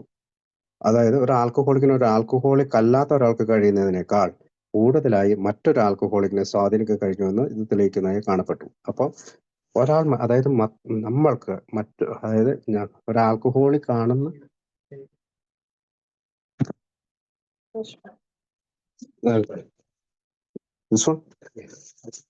ഒരു ആൽക്കഹോളിക്കിന് പ്രവർത്തിക്കുന്നതിനേക്കാളും പ്രവർത്തിക്കുന്നതിന്റെ അത്രയും കറക്റ്റായിട്ട് ഒരു ആൽക്കഹോളിക് അല്ലാത്ത ആൾക്ക് പ്രവർത്തിക്കാൻ സാധിക്കുകയില്ല എന്ന് ആണ് ഈ ഭാഗത്ത് നമ്മൾ ശ്രദ്ധിക്കേണ്ടത്. അപ്പോൾ ഒരു ആൽക്കഹോളിക്ക് മറ്റൊരു ആൽക്കഹോളിക് തീവ്രമായ പ്രവർത്തനം, നിങ്ങൾ വേറൊരു വാക്ക് വെച്ച് ശ്രദ്ധിച്ചോ, തീവ്രമായ പ്രവർത്തനം. ലേസിനെസ് വരരുത്, മടി വരരുത്, 100% പ്രവർത്തനമാണ്. അതല്ലാണ്ട് ഇടയ്ക്ക് ഒന്ന് പ്രവർത്തിച്ചു, വല്ലപ്പോഴും ഒരിക്കലും ഒരാളെ കണ്ടു. അത് നമ്മൾ ബുക്കിൽ തന്നെ പറയുന്നുണ്ട്. വല്ലപ്പോഴും ഒരിക്കലുള്ള ദയാപൂർണമായ പ്രവൃത്തി പോരാ, സ്ഥിരമായ നമ്മൾ പ്രവർത്തിക്കണം എന്നൊക്കെ പറഞ്ഞുകൊണ്ട് BWന്റെ ഒരു പാരഗ്രാഫ് ഒക്കെ ഉണ്ടല്ലോ. അപ്പൊ സ്ഥിരമായ രോഗശമനത്തിന് വളരെ പ്രധാനമാണ് തീവ്രമായ പ്രവർത്തനം. അപ്പൊ തീവ്രമായ എന്നുള്ള വാക്ക് ക്രോസ് ചെയ്തിരുന്നത് വളരെ നല്ലതാണ്. അടുത്ത പാരഗ്രാഫ്, അങ്ങനെ അക്രോൺ സിറ്റി ഹോസ്പിറ്റലിൽ എത്തിച്ചേർന്ന അമിത മദ്യപാന രോഗികൾക്ക് വേണ്ടി ഈ രണ്ടുപേരും ഏതാണ്ട് ആവശ്യത്തോടെ പ്രവർത്തിച്ചു. പിന്നീട് പറയുന്നത് എന്താണ്? ഡോക്ടർ ബോബിന് സന്ദേശം കിട്ടി. മേപ്പിളയർ ഹോട്ടലിൽ നിന്ന് വിളിച്ച് ഇദ്ദേഹത്തിന് ഈ മെസ്സേജ് എല്ലാം കിട്ടിയതിന് ശേഷം ഇവർ അക്രോൺ സിറ്റി ഹോസ്പിറ്റലിൽ എത്തിച്ചേർന്ന് മദ്യപാന രോഗികൾക്ക് വേണ്ടി പ്രവർത്തിക്കാൻ തുടങ്ങി. മദ്യപാനം കൊണ്ട് തകർന്നടിഞ്ഞ ഒരു മനുഷ്യരായിരുന്നു ഇവരുടെ ആദ്യത്തെ ഇര. അപ്പൊ നമുക്കറിയാം ബിൽഡിയാണ് അടുത്ത തേർഡ് മെമ്പർ എന്ന് പറയുന്നത് ബിൽഡിയാണ്. ഈ ബിൽഡിയുടെ അടുത്തേക്കാണ് അത് ആദ്യത്തെ ഇര, ഇവരുടെ രണ്ടുപേരുടെ ആദ്യത്തെ ഇര എന്ന് പറയുന്നത് ബിൽഡിയാണ്. പെട്ടെന്ന് സുഖം പ്രാപിക്കുകയും മൂന്നാമത്തെ മെമ്പറായി തീരുകയും ചെയ്തു. അയാൾ പിന്നീട് ഒരിക്കലും കുടിച്ചിട്ടില്ല. അത് പ്രത്യേകം പറഞ്ഞിട്ട് പിന്നീട് ഒരിക്കലും കുടിച്ചിട്ടില്ല. 1935 വേനൽക്കാലം മുഴുവൻ അക്രോണിലെ ഈ ജോലി അവർ തുടർന്നു. അപ്പൊ 1935 ഇവർക്ക് ഈ സന്ദേശം കിട്ടിയ ആ കാലം മുതൽ അവർ ഈ ജോലി തുടർന്നു. പരാജയങ്ങളുടെ കഥകളും ഒട്ടേറെ ഉണ്ടായിരുന്നു. എന്നാൽ ചിലപ്പോഴൊക്കെ ഹൃദ്യമായ വിജയവും ഉണ്ടായി. അപ്പൊ വേറൊരു കാര്യം ശ്രദ്ധിക്കുക, നമ്മൾ ആൽക്കഹോളിക്കുകളായിട്ട് പിരിക്കുമ്പോൾ പല പരാജയങ്ങളും ഉണ്ടാവും. പക്ഷെ ചിലപ്പോഴൊക്കെ ഹൃദയപൂർണമായ വളരെ സന്തോഷം തോന്നിക്കുന്ന വിജയങ്ങളുണ്ടായി. 1935 അവസാനത്തോടുകൂടി ഈ ബ്രോക്കർ ന്യൂയോർക്കിലേക്ക് മടങ്ങുമ്പോൾ ആദ്യത്തെ എ ഗ്രൂപ്പ് യഥാർത്ഥത്തിൽ രൂപം പ്രാപിച്ചു കഴിഞ്ഞിരുന്നു. ആരും അതിനെക്കുറിച്ച് ബോധവാന്മാരായിരുന്നില്ലെങ്കിലും. നമുക്കറിയാം ഫ്ലൈയിങ് ബ്ലൈൻഡ് പീരീഡ് എന്ന് പറഞ്ഞാൽ 1935 മുതൽ 1939 വരെയുള്ള നമ്മുടെ ഫെലോഷിപ്പിനെ പറയുക. അതായത് നമ്മൾ അന്ധകാരത്തിലൂടെ നടക്കുകയായിരുന്നു. അപ്പോൾ നമുക്ക് പേരില്ല, ഒരു ഗ്രൂപ്പ് ഓഫ് ഡ്രങ്ക്സ് എന്നാണ് നമ്മളെ വിളിച്ചുകൊണ്ടിരുന്നത്. അപ്പോൾ അവിടെ ആരും അതിനെക്കുറിച്ച് ബോധവാന്മാരായിരുന്നെങ്കിലും എ ഗ്രൂപ്പ് യഥാർത്ഥത്തിൽ രൂപം പ്രാപിച്ചു കഴിഞ്ഞു. അപ്പോൾ പിന്നെ ഇയാള് ന്യൂയോർക്കിലേക്ക് അപ്പൊ വേറൊരു കാര്യം കൂടി ശ്രദ്ധിച്ചോ, ന്യൂയോർക്ക് ഗ്രൂപ്പ് അല്ല എ ഗ്രൂപ്പ്. ആദ്യത്തെ എ ഗ്രൂപ്പ് എവിടെയാണ്? അക്രോണിലാണ് ആദ്യത്തെ A group. First A group അക്രോണിലാണ്. അപ്പോൾ രണ്ടാമത്തെ ചെറിയ ഗ്രൂപ്പ് ന്യൂയോർക്കിൽ രൂപം പ്രാപിച്ചു. അടുത്തത് അപ്പൊ ന്യൂയോർക്ക് ഗ്രൂപ്പ് സെക്കൻഡ് ഗ്രൂപ്പാണ്. അതിന് പുറമെ ചിലയിടങ്ങളിലായി ചിതറിക്കിടന്നിരുന്ന അമിത മദ്യപാന രോഗികൾ തങ്ങൾക്ക് അക്രോണിൽ നിന്നും ന്യൂയോർക്കിൽ നിന്നും ലഭിച്ച അടിസ്ഥാന തത്വങ്ങൾ മൂലം മറ്റു പല നഗരങ്ങളിലും എ ഗ്രൂപ്പുകൾ ഉണ്ടാക്കുവാനായി ശ്രമിച്ചുകൊണ്ടിരുന്നു. അതായത് ഈ ന്യൂയോർക്കിൽ നിന്നും അക്രോണിൽ നിന്നും പല സ്ഥലങ്ങളിലേക്ക് ടൂറ് പോകുന്നവര്, പല സ്ഥലങ്ങളിൽ ബിസിനസ് ആവശ്യത്തിനായിട്ട് പോകുന്നവര്, അവരെല്ലാം സ്വയം ആ ഗ്രൂപ്പിൽ ചെല്ലുമ്പോൾ അല്ലെങ്കിൽ ആ സ്ഥലത്ത് ചെല്ലുമ്പോൾ ഒരു ഗ്രൂപ്പ് ഉണ്ടാക്കാനായിട്ട് ശ്രമിച്ചു. അങ്ങനെയാണ് അടുത്ത ഗ്രൂപ്പ്, തേർഡ് ഗ്രൂപ്പ് ഏതാ? ക്ലേവ്ലാൻഡ് അല്ലെ? അവിടെയാണ് അടുത്ത ഗ്രൂപ്പ് ഉണ്ടായത്. അപ്പൊ 3 group. First group Akron, second group New York, third group Cleveland. അങ്ങനെ പിന്നീട് എല്ലായിടത്തേക്ക് വ്യാപിച്ചു. അപ്പോൾ അടുത്ത പാരഗ്രാഫ് പറയുന്നത് 1937 അവസാനമായപ്പോഴേക്കും വ്യക്തമായ സുബോധാവസ്ഥയിലുള്ള ആളുകളുടെ എണ്ണം ഒരു പുതിയ വെളിച്ചം അമിത മദ്യപാന രോഗികളുടെ ഇരുണ്ട ലോകത്തേക്ക് കടന്നു വന്നിട്ടുണ്ടായിരുന്നു എന്ന് ബോധ്യപ്പെടുത്തുന്ന തരത്തിലായിരുന്നു. അപ്പോൾ പിന്നീട് നമ്മുടെ പുസ്തകത്തെ കുറിച്ചാണ് പറയുക. അതായത് 1939 വസന്തകാലത്ത് ഈ വസന്തകാലം ഈ പുസ്തകത്തിന്റെ പ്രസിദ്ധത്തോടെ ഫലപ്രാപ്തിയിലെത്തി. അതായത് പ്രവർത്തനങ്ങൾ മുഴുകിക്കൊണ്ടിരുന്ന ഗ്രൂപ്പുകൾക്ക് തങ്ങളുടെ സന്ദേശം അദ്വിതീയമായ അനുഭവം ലോകത്തിന് മുമ്പിലേക്ക് അവതരിപ്പിക്കാൻ ഇതാണ് സമയമെന്ന് തോന്നി. അപ്പോഴേക്കും മൊത്തം അംഗസംഖ്യ സ്ത്രീകളും പുരുഷന്മാരും അടക്കം ഏതാണ്ട് 100ഓളമായി കഴിഞ്ഞിരുന്നു 1939. പുതിയതായി ചിറകുമുളച്ച ഈ പേരില്ലാ സമൂഹം അതിന്റെ തന്നെ പുസ്തകത്തിന്റെ പേരായ ആൽക്കഹോളിക്സ് അനോണിമസ് എന്ന് വിളിക്കാൻ തുടങ്ങി. അപ്പൊ നമുക്ക് പേരുണ്ടായിരുന്നില്ല. നമ്മുടെ പുസ്തകം 1939 ഏപ്രിൽ പ്രസിദ്ധീകരിച്ചു കഴിഞ്ഞപ്പോൾ നമ്മൾ ആ പുസ്തകത്തിന്റെ തന്നെ പേര് നമ്മൾ സ്വീകരിച്ചു. അതിന്റെ പേരാണ് ആൽക്കഹോളിക്സ് അനോണിമസ്. അന്ധമായി മുന്നോട്ട് കൊണ്ടിരുന്നു. ഞാൻ പറഞ്ഞു ഫ്ലൈയിങ് ബ്ലൈൻഡ് പീരീഡ് എന്നാണ്. അന്ധമായി മുന്നോട്ട് പോയിക്കൊണ്ടിരുന്ന കാലഘട്ടം അവസാനിച്ചു. എപ്പോഴാണ് അവസാനിച്ചത്? 1939 ഏപ്രിൽ. അതിന്റെ പ്രാരംഭഘട്ടത്തിൽ ഒരു പുതിയ അവസ്ഥയിലേക്ക് പ്രവേശിക്കുകയും ചെയ്തു. അപ്പോൾ ഈ പുസ്തകത്തിന്റെ പ്രകാശനത്തിൽ ഒരുപാട് കാര്യങ്ങൾ സംഭവിക്കാൻ തുടങ്ങി. അപ്പൊ ഈ പുസ്തകത്തിന്റെ പ്രകാശത്തോടു കൂടിയാണ് നമുക്ക് നമ്മുടെ ഫെലോഷിപ്പിന് ഒരുപാട് കാര്യങ്ങൾ സംഭവിക്കാൻ. ഡോക്ടർ ഹാരി എമേഴ്സൺ ഫോർഡ്സിക് എന്ന പ്രസിദ്ധനായ വൈദികൻ, അതൊരു സുവിശേഷ പ്രചാരകനാണ്, അതിനെ അവലോകനം ചെയ്യുകയും അംഗീകരിക്കുകയും ചെയ്തു. അപ്പൊ ഈ ഹാരി എമേഴ്സന്റെ ഇത് നമ്മുടെ ഈ പുസ്തകത്തിന്റെ അവസാന ഭാഗത്ത് ഉണ്ട്. 1930 അവസാനത്തോടെ ഫുൾട്ടൺ ഓർസ്ലർ, അന്നത്തെ ലിബർട്ടി എന്ന പത്രത്തിന്റെ പത്രാധിപർ, ആൽക്കഹോളിസം ദൈവവും എന്ന ലേഖനം തന്റെ മാസികയിൽ പ്രസിദ്ധീകരിച്ചു. പിന്നീട് നമ്മുടെ പുസ്തകത്തിന് പ്രചാരം കിട്ടിയ മറ്റൊരു സംഗതി സംഭവിച്ചവിടെ ലിബർട്ടി എന്ന പത്രത്തില് അതിന്റെ പത്രാധിപര് ആൽക്കഹോളിക്സും ദൈവവും എന്ന വിഷയം ഹെഡിങ് വെച്ചിട്ട് ഒരു ലേഖനം പ്രസിദ്ധീകരിച്ചു. ഇതിനിടയിൽ ആരംഭിച്ചു കഴിഞ്ഞ ന്യൂയോർക്കിലെ ചെറിയ ഓഫീസിലേക്ക് ഈ ലേഖനം പ്രസിദ്ധീകരിച്ച ഭാഗമായി 800ഓളം വേവലാതി പൂണ്ട അന്വേഷണങ്ങൾ എത്തി. ഓരോ അന്വേഷണത്തിനും കഷ്ടപ്പെട്ടിട്ടാണെങ്കിലും മറുപടി നൽകുവാൻ പ്രത്യേകം ശ്രദ്ധിച്ചു. നമുക്കറിയാം ആദ്യമേ മുതൽ ഈ അക്രോൺ ഗ്രൂപ്പുകാര് ഈ പുസ്തകം പ്രസിദ്ധീകരിച്ചതിന് അല്ലെങ്കിൽ പുസ്തകം പ്രസിദ്ധീകരിക്കുന്നതിനെതിരായി നിന്നത് എന്തുകൊണ്ടാന്ന് വെച്ചാൽ വൻതോതിലുള്ള എൻക്വയറി, വൻതോതിലുള്ള അന്വേഷണങ്ങൾ, വൻതോതിൽ ഉള്ള ഈ കഷ്ടപ്പാട് വരുന്ന ഈ ആളുകളെ അക്കോമഡേറ്റ് ചെയ്യാനായിട്ട് ഗ്രൂപ്പുകളില്ല, അക്കോമഡേറ്റ് ചെയ്യാനായിട്ട് അല്ലെങ്കിൽ അവരുടെ പരാതി കേൾക്കാനോ മറുപടി കൊടുക്കാനായിട്ട് ആളുകളില്ല എന്നതായിരുന്നു. ഇവിടെ നമ്മൾ ശ്രദ്ധിച്ചറിയാം, ഒരു ലേഖനം ഒരു ലേഖനം ഒരു മാസികയിൽ പ്രസിദ്ധീകരിച്ചപ്പോൾ കടന്നു വന്ന അന്വേഷണം എത്രയാണ്? 800ഓളം. അപ്പോൾ ബുക്കുകളും ലഘുലേഖകളും അയച്ചു കൊടുത്തു അവർക്ക്. നിലവിലുണ്ടായിരുന്ന ഗ്രൂപ്പുകളിൽപ്പെട്ട ബിസിനസ്സുകാർ പുറത്തേക്ക് യാത്ര ചെയ്യുമ്പോൾ അവരുടെ പേരുകൾ ഈ നവാഗതർക്ക് നിർദ്ദേശിച്ചു കൊടുത്തു. അപ്പോൾ ഒരു ഉദാഹരണത്തിന് ഒരാൾ ഇപ്പോൾ ന്യൂയോർക്കിലേക്ക് അല്ലെങ്കിൽ വേറെ മേരിലാൻഡിലേക്കോ ഇല്ലിനോയ്സിലേക്കൊക്കെ പോകുമ്പോൾ അവിടെ നിന്ന് ഒരു കോള് വന്നിട്ടുണ്ടെങ്കിൽ അല്ലെങ്കിൽ അവിടെ നിന്ന് ഒരു അന്വേഷണം വന്നിട്ടുണ്ടെങ്കിൽ ഈ പേരുകൾ, ഈ നവാഗതരുടെ പേരുകൾ അയാൾക്ക് കൊടുക്കുകയും അയാൾ അവിടെ പോകുമ്പോൾ ആ സ്ഥലത്ത് പോകുമ്പോൾ ഈ നവാഗതരെ കാണുകയും അങ്ങനെ പുതിയ ഗ്രൂപ്പുകൾ ഉയർന്നു വരാൻ തുടങ്ങി. എല്ലാവർക്കും അത്ഭുതം പകർന്നുകൊണ്ട് എയുടെ സന്ദേശം എഴുത്തുകളിലൂടെയും അതുപോലെ തന്നെ വാമൊഴികളിലൂടെയും പ്രചരിപ്പിക്കാമെന്ന് കണ്ടു. വാമൊഴികൾ നമുക്കറിയാം. അക്രോൺ ഗ്രൂപ്പുകാർ പറഞ്ഞത് എന്തുകൊണ്ട് നിങ്ങൾക്ക് വാമൊഴിയായി കൊടുത്തുകൂടാ? ക്രിസ്തുവിന്റെ സന്ദേശം ശിഷ്യന്മാരും അവരുടെ അനുയായികളും എല്ലാം വാമൊഴിയായിട്ടല്ലേ കൊടുത്തതെന്നൊക്കെ പറഞ്ഞുകൊണ്ടാണ് അന്ന് ബിൽ ഡബ്ല്യുവിനെ പ്രസിദ്ധീകരണത്തിന് വേണ്ടിയിട്ട് എതിർത്തത്. അപ്പോൾ 1939 അവസാനമായപ്പോഴേക്കും 800ഓളം അമിത മദ്യപാനികൾ അവരുടെ രോഗവിമുക്തിയുടെ മാർഗത്തിലെത്തിയിരുന്നു. അപ്പൊ 1939 അവസാനം, അതായത് പുസ്തകം പ്രസിദ്ധീകരിക്കുമ്പോൾ 100 പേരായിരുന്നത് 1939 അവസാനമായപ്പോഴത്തേക്കും 800ഓളം പേരായി. 1940 വസന്തകാലത്ത് ജോൺ ഡി റോക്ക്ഫെല്ലർ ജൂനിയർ തന്റെ കൂട്ടുകാർക്ക് വേണ്ടി ഒരു വിരുന്നൊരുക്കി. തങ്ങളുടെ കഥകൾ വിവരിക്കുന്നതിന് വേണ്ടി അദ്ദേഹം മെമ്പർമാരെ ക്ഷണിച്ചിരുന്നു. ഈ വാർത്ത ലോകമെമ്പാടും പരതും നിരവധി അന്വേഷണങ്ങൾ പ്രവഹിക്കാൻ തുടങ്ങി. നമുക്കറിയാം ജോൺ ഡി റോക്ക്ഫെല്ലർ ആണ് ആ കാലത്ത് ജോൺ ഡി റോക്ക്ഫെല്ലർ ജൂനിയർ ആ കാലത്തെ ഏറ്റവും വലിയ ധനികനായ, ലോകത്തിലെ ഏറ്റവും വലിയ ധനികനായ മനുഷ്യനാണ്. അദ്ദേഹത്തിന്റെ സുഹൃത്തുക്കൾക്കായി ഒരു വിരുന്നൊരുക്കി. അപ്പൊ തങ്ങളുടെ കഥകൾ അവിടെ വന്ന് വിവരിക്കാനായിട്ട് അംഗങ്ങളെ അവർ ക്ഷണിച്ചു. നിരവധി ആളുകൾ ആൽക്കോളിക്സ് അനോണിമസ് എന്ന പുസ്തകത്തിന് വേണ്ടി പുസ്തകശാലയിൽ എത്തുന്നു. 1941 മാർച്ചോടുകൂടി അംഗസംഖ്യ 2000-ലേക്ക് എത്തി. 1939, 1940, 1940 2 വർഷം കൊണ്ട് 2000-ലേക്ക് കുതിച്ചു കയറി. അങ്ങനെ ഇരിക്കെ സാറ്റർഡേ ഈവനിങ് പോസ്റ്റ്, നമുക്കറിയാം സാറ്റർഡേ ഈവനിങ് പോസ്റ്റ് എന്ന പത്രത്തിൽ ജാക്ക് അലക്സാണ്ടർ ഒരു ലേഖനം എഴുതുകയും കുറിച്ച് ശക്തമായൊരു ചിത്രം പൊതുജന സമ്മേളനം അവതരിപ്പിക്കുകയും ചെയ്തു. ഇതിനോട് അനുബന്ധിച്ച് 2012 ആമീർ ഖാന്റെ സത്യമേവ ജയതേ എന്ന് പറയുന്ന തിങ്ക് ബിഫോർ യു ഡ്രിങ്ക് എന്ന് പറയുന്ന ഒരു പ്രോഗ്രാമില് നമുക്ക് 900 എഴുത്തുകളും അതിനേക്കാൾ ഉപരിയായിട്ട് ധാരാളം ഫോൺ കോളുകളൊക്കെ കിട്ടിയതായി ഞാൻ ഓർക്കുന്നുണ്ട്.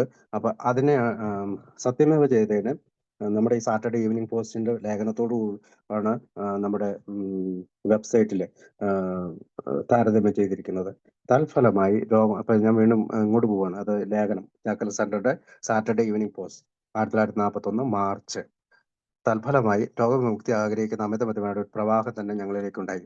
1941 അവസാനമായപ്പോഴേക്കും എഐയുടെ 8,000-ഓളം അംഗങ്ങൾ ഉണ്ടായി കഴിഞ്ഞു. 1941 അവസാനം ആയപ്പോഴത്തേക്കും 1941 മാർച്ച്, ജനുവരി, ഫെബ്രുവരി, മാർച്ച് അപ്പോഴത്തേക്കും 2000 ആയി. പക്ഷെ 41 അവസാനം ആയപ്പോഴത്തേക്കും വീണ്ടും 8,000-ഓളം അംഗങ്ങൾ ഉണ്ടായി കഴിഞ്ഞു. ഗ്രൂപ്പുകൾ മുളച്ചു പൊന്തുന്ന പ്രക്രിയ അതിന്റെ പൂർണ്ണതയിലെത്തി. ഒരു ദേശീയ സ്ഥാപനമായി മാറിക്കഴിഞ്ഞിട്ടുണ്ടായിരുന്നു. അപ്പോൾ അവിടെ അതാണ് ശ്രദ്ധിക്കേണ്ടത്. അപ്പൊ ഞങ്ങളുടെ സംഘടന പിന്നീട് ഒരു ഭയാനകവും ആവേശകരവുമായ കൗമാരാവസ്ഥയിലെത്തി. നമുക്കറിയാം 1900 ഇത് അഭിമുഖീകരിക്കുന്ന പരീക്ഷണം ഇതായിരുന്നു. ഇതുവരെ ഉദ്ദേശ ലക്ഷ്യങ്ങളൊന്നും തിരിഞ്ഞ അമിത മദ്യപാനികൾക്ക് കണ്ടുമുട്ടാനും ഒരുമിച്ച് വിജയകരമായി പ്രവർത്തിക്കാനും കഴിയുമോ? അംഗത്വത്തെക്കുറിച്ചും നേതൃത്വത്തെക്കുറിച്ചും പണത്തെക്കുറിച്ചും സംബന്ധിച്ച് വഴക്കുകൾ ഉണ്ടാകില്ലേ? ഇപ്പോൾ സ്ഥാനത്തിന് വേണ്ടിയും അധികാരത്തിന് വേണ്ടിയും നമ്മൾ ട്രഡീഷൻ 1 ആട്ടോ അവിടെ ഉദ്ദേശിക്കുന്നത്. അതായത് ഒന്നാമത്തെ ഇപ്പൊ നമ്മുടെ ഐക്യത്തെ കുറിച്ചാണ്. അപ്പൊ സ്ഥാനത്തിന് വേണ്ടിയും അധികാരത്തിന് വേണ്ടിയും വടംവലികൾ ഉണ്ടാകില്ലേ? മതഭിന്നതകളുടെ പേരിൽ ചിഹ്ന ഭിന്നമാക്കപ്പെടില്ലേ? താമസിയാതെ പല ഗ്രൂപ്പുകളിലെ പ്രശ്നങ്ങൾ ഉണ്ടായി. പക്ഷേ ഭയപ്പെടുന്നതും നിരുത്സാഹപ്പെടുത്തുന്നതുമായ ഈ അനുഭവത്തിലും അംഗങ്ങൾ ഒത്തൊരുമിച്ച് നിന്ന് മുന്നോട്ട് പോകുമെന്നും പിന്നീടായി നിന്നാൽ തകർന്നു പോകുമെന്നുള്ള ദൃഢനിശ്ചയം ഉണ്ടായിരുന്നു. ഒന്നുകിൽ ഞങ്ങൾക്ക് ഞങ്ങളുടെ കൂട്ടായ്മ കൂട്ടിയോജിപ്പിക്കുകയോ അല്ലെങ്കിൽ രംഗത്ത് നിന്ന് മറയുകയോ ചെയ്യേണ്ടി വന്നു. ശ്രദ്ധിച്ചോ? അതായത് ഒന്നുകിൽ ഞങ്ങൾക്ക് ഈ കൂട്ടായ്മ കൂട്ടിയോജിപ്പിക്കേണ്ടി വന്നു, അല്ലെങ്കിൽ അവിടെ നിന്നും മറയുകയോ ചെയ്യേണ്ടി വന്നു. ട്രഡീഷൻ 1. അടുത്തത്, ഒരു അമിത മദ്യപാനികൾക്ക് ജീവിക്കാൻ ആവശ്യമായ തത്വങ്ങൾ ഞങ്ങൾ കണ്ടെത്തിയിട്ടുണ്ടായിരുന്നത് പോലെ ഗ്രൂപ്പുകളും മൊത്തത്തിലുള്ള നിലനിർത്തുന്നതിനും ഫലപ്രദമായി പ്രവർത്തിക്കുന്നതിനും ആവശ്യമായ തത്വങ്ങൾ ഞങ്ങൾക്ക് ആവിഷ്കരിക്കേണ്ടതുണ്ടായിരുന്നു. അമിത മദ്യപാന വ്യവസ്ഥയോ പുരുഷനോ ഞങ്ങളുടെ സംഘടനയിൽ നിന്ന് തിരസ്കരിക്കപ്പെടരുതെന്ന് ഞങ്ങൾ നിഷ്കർഷിച്ചു. ട്രഡീഷൻ 3 ആണ് അവിടെ ഉദ്ദേശിക്കുക. ട്രഡീഷൻ 3. അതുപോലെ തന്നെ ഞങ്ങളുടെ നേതാക്കൾ സേവനം ചെയ്യുകയോ ആരെയും പരിക്കുമെന്ന് നിശ്ചയിക്കപ്പെട്ടു. ട്രഡീഷൻ 2. ഓരോ ഗ്രൂപ്പും പരമാധികാരമുള്ളവരായിരിക്കണമെന്നും ചികിത്സ മുതലായവ ഞങ്ങൾ നടത്തരുതെന്നും തീരുമാനിക്കപ്പെട്ടു. ട്രഡീഷൻ 8. യാതൊരു വിധത്തിലുള്ള ഫീസോ ബാധ്യതകളോ ഇല്ല. ഞങ്ങളുടെ ചെലവുകൾ ഞങ്ങളുടെ തന്നെ സംഭാവന നിർവഹിക്കണമെന്നും തീരുമാനിച്ചു. ട്രഡീഷൻ 7. ഞങ്ങളുടെ നമ്മുടെ സെൽഫ് സപ്പോർട്ടിംഗ്, സ്വയം പിന്തുണ. അപ്പോൾ ഞങ്ങളുടെ ചെലവുകൾ ഞങ്ങളുടെ തന്നെ സംഭാവനകൾ നിർവഹിക്കുന്ന തീരുമാനിക്കും. അപ്പോൾ ട്രഡീഷൻ 7 ഞങ്ങളുടെ സർവീസ് സെന്ററുകളിൽ പോലും ചെറിയ തോതിലുള്ള സംഘടനാ സ്വഭാവ പാടുകളെന്ന് തീരുമാനിച്ചു. ട്രഡീഷൻ 9 പാരമ്പര്യം 9 അത്. പൊതുജനവുമായുള്ള ബന്ധത്തിൽ മെമ്പർമാരെ കൂടുതലായി പ്രേർക്കാൻ ചെയ്യുന്നതിനേക്കാൾ അവരെ ആകർഷിക്കാനും തത്വത്തിൽ ഞങ്ങൾ വിശ്വസിച്ചു. ആകർഷിക്കൽ ട്രഡീഷൻ 11 പത്രങ്ങളിലും റേഡിയോയിലും ടിവിയിലും സിനിമയിലുമൊക്കെ എല്ലാ അംഗങ്ങളും അനാമധേയത്വം വെച്ച് പുലർത്തണമെന്ന് നിഷ്കർഷിച്ചു. ട്രഡീഷൻ 12 അനോണിമിറ്റി ഒരു സാഹചര്യത്തിലും പുറമേ നിന്നുള്ള കാര്യങ്ങൾക്ക് അംഗീകാരം കൊടുക്കുകയോ മറ്റ് സംഘടനകളുമായി യോജിച്ച് പൊതുവിവാദങ്ങൾ ഏർപ്പെടുകയോ ചെയ്ത് ഞങ്ങൾ നിശ്ചയിച്ചു. ട്രഡീഷൻ 6 അതാണ് അവിടെ പറയാം. അപ്പൊ ഈ പുസ്തകത്തിന്റെ 564 പേജ് വിവരിക്കുന്ന മട്ടിലുള്ള ഞങ്ങളുടെ 12 പാരമ്പര്യ തത്വങ്ങളുടെ സത്ത ഇതാണ്. നമുക്കറിയാം മലയാളം ബുക്കിൽ 564 ബേസിക് ടെസ്റ്റിലല്ല 564 പേജ് ഉണ്ട്. അതിനകത്താണ് പാരമ്പര്യങ്ങൾ പ്രസിദ്ധീകരിച്ചത്. ഈ തത്വങ്ങൾക്കൊന്നും ഒരു നിയമത്തിന്റെ ശക്തിയിലായിരുന്നെങ്കിലും 1950 വ്യാപകമായി ഇവ അംഗീകരിക്കപ്പെട്ടു. യഥാർത്ഥത്തിൽ ട്രഡീഷൻ എന്ന് പറയുന്നത് നിയമമാണെങ്കിലും നമുക്ക് ഒരു നിയമത്തിന്റെ ശക്തി ഇല്ലെങ്കിലും അത് വ്യാപകമായി നമ്മൾ എല്ലാവരും അംഗീകരിക്കുന്ന ഒരു സത്തയാണത്. അപ്പൊ ഞങ്ങളുടെ 12 പാരമ്പര്യ തത്വങ്ങളുടെ സത്ത ഇതാണ്. ഈ തത്വങ്ങൾക്കൊന്നും ഒരു നിയമത്തിന്റെ ശക്തിയില്ല, പക്ഷെ വ്യാപകമായി അംഗീകരിക്കപ്പെട്ടു. ക്ലീവ്ലാൻഡിൽ അപ്പൊ നമുക്കറിയാം 1950 കൂടിയാണ് വ്യാപകമായി അംഗീകരിക്കപ്പെട്ടത്. 35 തുടങ്ങിയ പ്രസ്ഥാനം കൗമാരദശയിലെ 15ാമത്തെ വർഷത്തിലാണ് അംഗീകരിക്കപ്പെടുന്നത്. അതായത് പാരമ്പര്യം ക്ലീവ്ലാൻഡിൽ ചേർന്ന ആദ്യത്തെ ഇന്റർനാഷണൽ കോൺഫറൻസിലെ 7 തത്വങ്ങൾ അംഗീകരിക്കപ്പെട്ടു. അപ്പൊ നമ്മൾ 1950 നമ്മുടെ ട്രഡീഷൻ പ്രസിദ്ധീകരിച്ചതെന്ന് നമ്മൾ അതായത് 15 വയസ്സായപ്പോൾ ഏക്ക് 15 വയസ്സായി ഇപ്പൊ കൗമാരദശയിലേക്ക് എത്തിച്ചേർന്നപ്പോഴാണ് നമ്മുടെ ട്രഡീഷൻ പ്രസിദ്ധീകരിച്ചത്. ക്ലീവ്ലാൻഡിൽ ചേർന്ന ആദ്യത്തെ ഇന്റർനാഷണൽ കോൺഫറൻസ് 7 തത്വങ്ങൾ അംഗീകരിക്കപ്പെട്ടു. ഇപ്പോൾ ഞങ്ങൾക്കുള്ള ഏറ്റവും അമൂല്യമായ സ്വത്ത് എടുത്തു പറയത്തുള്ളൂ ഈ ഐക്യമത്യമാണ്. ഐക്യം ട്രഡീഷൻ 1 ഞങ്ങളുടെ കൗമാരദശയുടെ അഭ്യന്തരമായ ബുദ്ധിമുട്ടുകൾ തരണം ചെയ്യുന്നതിനിടയിൽ പൊതുജനപ്രീതിയും ഞങ്ങളെ പ്രീതി ക്രമാതീതമായി വളർത്തി. ഇതിന് പുറത്തു പറയത്തക്ക 2 കാരണങ്ങളുണ്ടായിരുന്നു. അസംഖ്യം രോഗവിമുക്തിയും പിരിഞ്ഞു പോയിരുന്ന കുടുംബങ്ങളുടെ യോജിക്കലും. അസംഖ്യം രോഗവിമുക്തി പിരിഞ്ഞു പോയിരുന്ന കുടുംബങ്ങളുടെ യോജിക്കലുമാണ് 2 കാരണങ്ങൾ. എന്താ പൊതുജനപ്രീതിക്കുള്ള കാരണം ഏടെ ഞങ്ങളെ വളർത്താനുള്ള കാരണം 2 കാര്യങ്ങളാണ്. അസംഖ്യം രോഗവിമുക്തി പിരിഞ്ഞു പോയിരുന്ന ഒരുപാട് കുടുംബങ്ങൾ യോജിച്ചു. നമുക്കറിയാം ആ കാലത്ത് അമേരിക്കയിലൊക്കെ ഈ ഡൈവോഴ്സ് വലിയ പ്രശ്നമായിരുന്നു. അപ്പൊ അവിടെയെല്ലാം അതുകൊണ്ടാണ് നമ്മുടെ അമേരിക്കൻ ഗവൺമെന്റ് പോലും ഇതിന് കൂടുതൽ പ്രാധാന്യം കൊടുത്തത്. അതായത് ഇവയുടെ അതീശത്വം എല്ലായിടത്തും വ്യാപിച്ചു. എയിൽ വന്ന അമിത മദ്യപാനികൾ യഥാർത്ഥത്തിൽ ശരിയായി ശ്രമിച്ചവരിൽ 50% പേര് അവിടെ ഒരു കണക്ക് നമ്മൾ നോക്കാം അല്ലെ. ശരിയായി ശ്രമിച്ചവരിൽ 50% പേരും പെട്ടെന്ന് തന്നെ സുബോധാവസ്ഥയിലെത്തും. ശരിയായി ശ്രമിച്ചവർ കേട്ടോ. പക്ഷെ അങ്ങനെ തുടരുകയും ചെയ്തു. 50% പേര് സുബോധാവസ്ഥയിൽ അങ്ങനെ തുടരും. അടുത്തൊരു കണക്ക് പറയാൻ നോക്കി 25% ആളുകൾ സുബോധാവസ്ഥയിൽ എത്തിയത് കുടിയിലേക്ക് ഇടയ്ക്കിടെയുള്ള ഇടർച്ചയോടുകൂടിയാണ്. 25% സുബോധാവസ്ഥയിൽ എത്തിയത്. അപ്പൊ ഇടയ്ക്ക് നമ്മൾ ഒരാൾ സ്ലിപ്പായാലോ റിലാപ്സ് ആയാലോ അയാളെ കളിയാക്കാനോ അയാളുടെ നമ്മൾ തള്ളിക്കളയാനോ പാടില്ല എന്നുള്ളൊരു സത്യം നമ്മളിവിടെ തിരിച്ചറിയണം. ആദ്യകാലങ്ങളിൽ 50% പേര് പെട്ടെന്ന് വന്നു, 25% പേര് ഇടയ്ക്ക് സ്ലിപ്പും റിലാപ്സുമായി.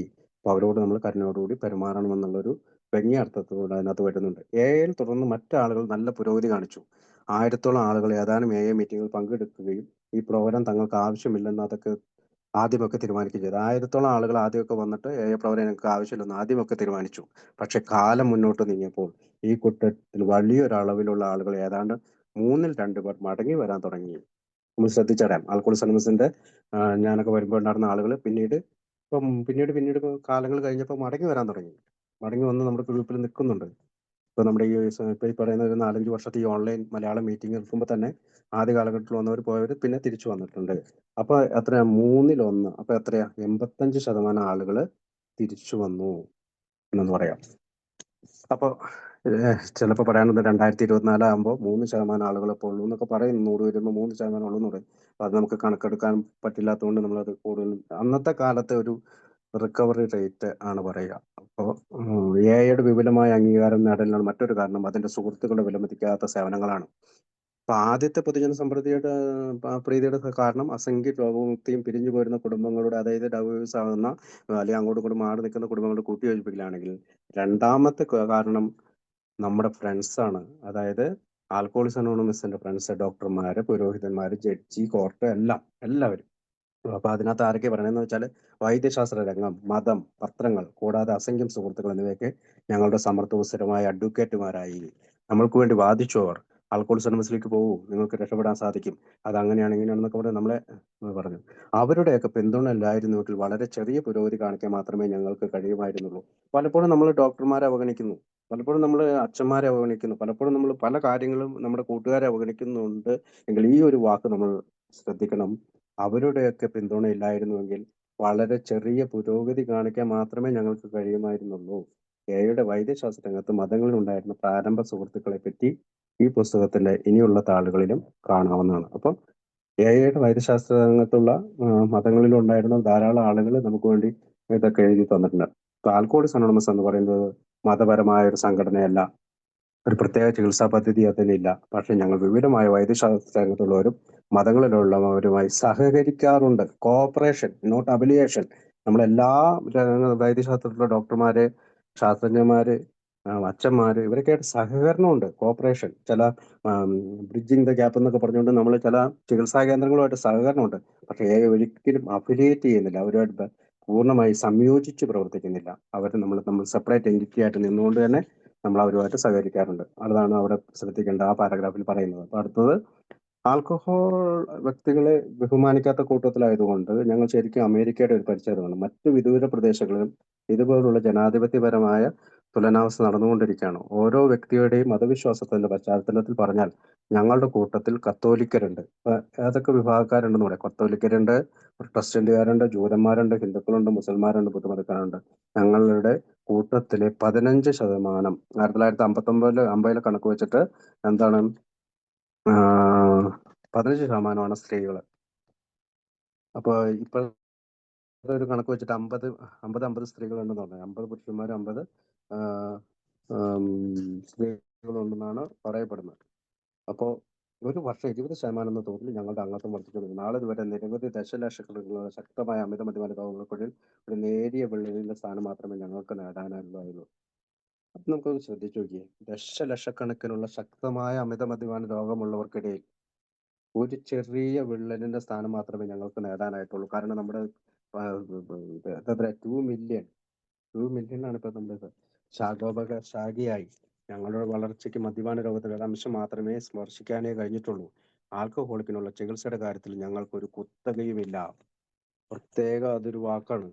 ചികിത്സ എന്ന് പറഞ്ഞ പരിപാടിയിൽ നമുക്കൊരു കുത്തകയില്ല. ആ ചികിത്സയാണെന്നുള്ളത്, ഈ ചികിത്സയാണ്, അങ്ങനെയൊന്നുമില്ല. ഇപ്പോഴും ഒരു ഉത്തരം കണ്ടെത്തിയിട്ടില്ലാത്തവർ ആരെങ്കിലും ഉണ്ടെങ്കിൽ അവർക്ക് ഈ പുസ്തകത്തിന്റെ താളുകളിലേക്ക് ഇത് കണ്ടെത്താമെന്നും പുതിയ സ്വാതന്ത്ര്യത്തിന്റെ പാതയിൽ ഞങ്ങളോടൊപ്പം ചേരാമെന്നും ഞങ്ങൾ പ്രതീക്ഷിക്കുകയാണ് ചെയ്യുക. അപ്പോൾ സ്വാതന്ത്ര്യം എന്താണ് പറയുക? Happy, choice and free. ഇതാണ് ഈ പുസ്തകം നമുക്ക് തരുന്നത്. ഇതാണ് അത്രയും ആമുഖത്തിന്. അപ്പൊ നമുക്ക് ഒരുപാട് ട്രഡിഷൻ പറയുന്നുണ്ട്, കോപ്പറേഷനെ പറ്റി പറയുന്നുണ്ട്, നോട്ട് അഫിലിയേഷനെ പറ്റി പറയുന്നുണ്ട്, സ്ത്രീകളുടെ കാര്യങ്ങൾ പറയുന്നുണ്ട്, ആദ്യകാലങ്ങളിൽ എത്ര പുരോഗതി ഉണ്ടെന്ന് പറയുന്നുണ്ട്, അക്രോൺ ഗ്രൂപ്പിനെ പറ്റി പറയുന്നുണ്ട്, ന്യൂയോർക്ക് ഗ്രൂപ്പിനെ പറ്റി പറയുന്നുണ്ട്, ഒരുപാട് കാര്യങ്ങൾ. പിന്നെ നമ്മുടെ ക്ലേവ്ലാൻഡ് ബിൽഡിനെ പറ്റി പറയുന്നുണ്ട്, ക്ലേവ്ലാൻഡിനെ പറ്റി പറയുന്നുണ്ട്. പിന്നെ മാൽപസ്, അതായത് ഒരു അമിത മദ്യപാനം മറ്റൊരു മദ്യപാനം സഹായിക്കുന്നതിനുള്ള കാര്യം. അതായത് ഒരു മദ്യാസക്തന് മാത്രമേ മറ്റൊരു മദ്യാസക്തന്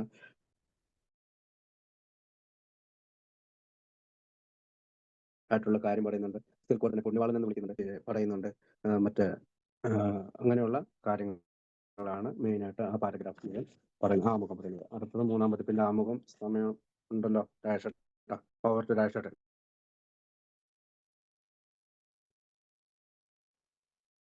ഹലോ,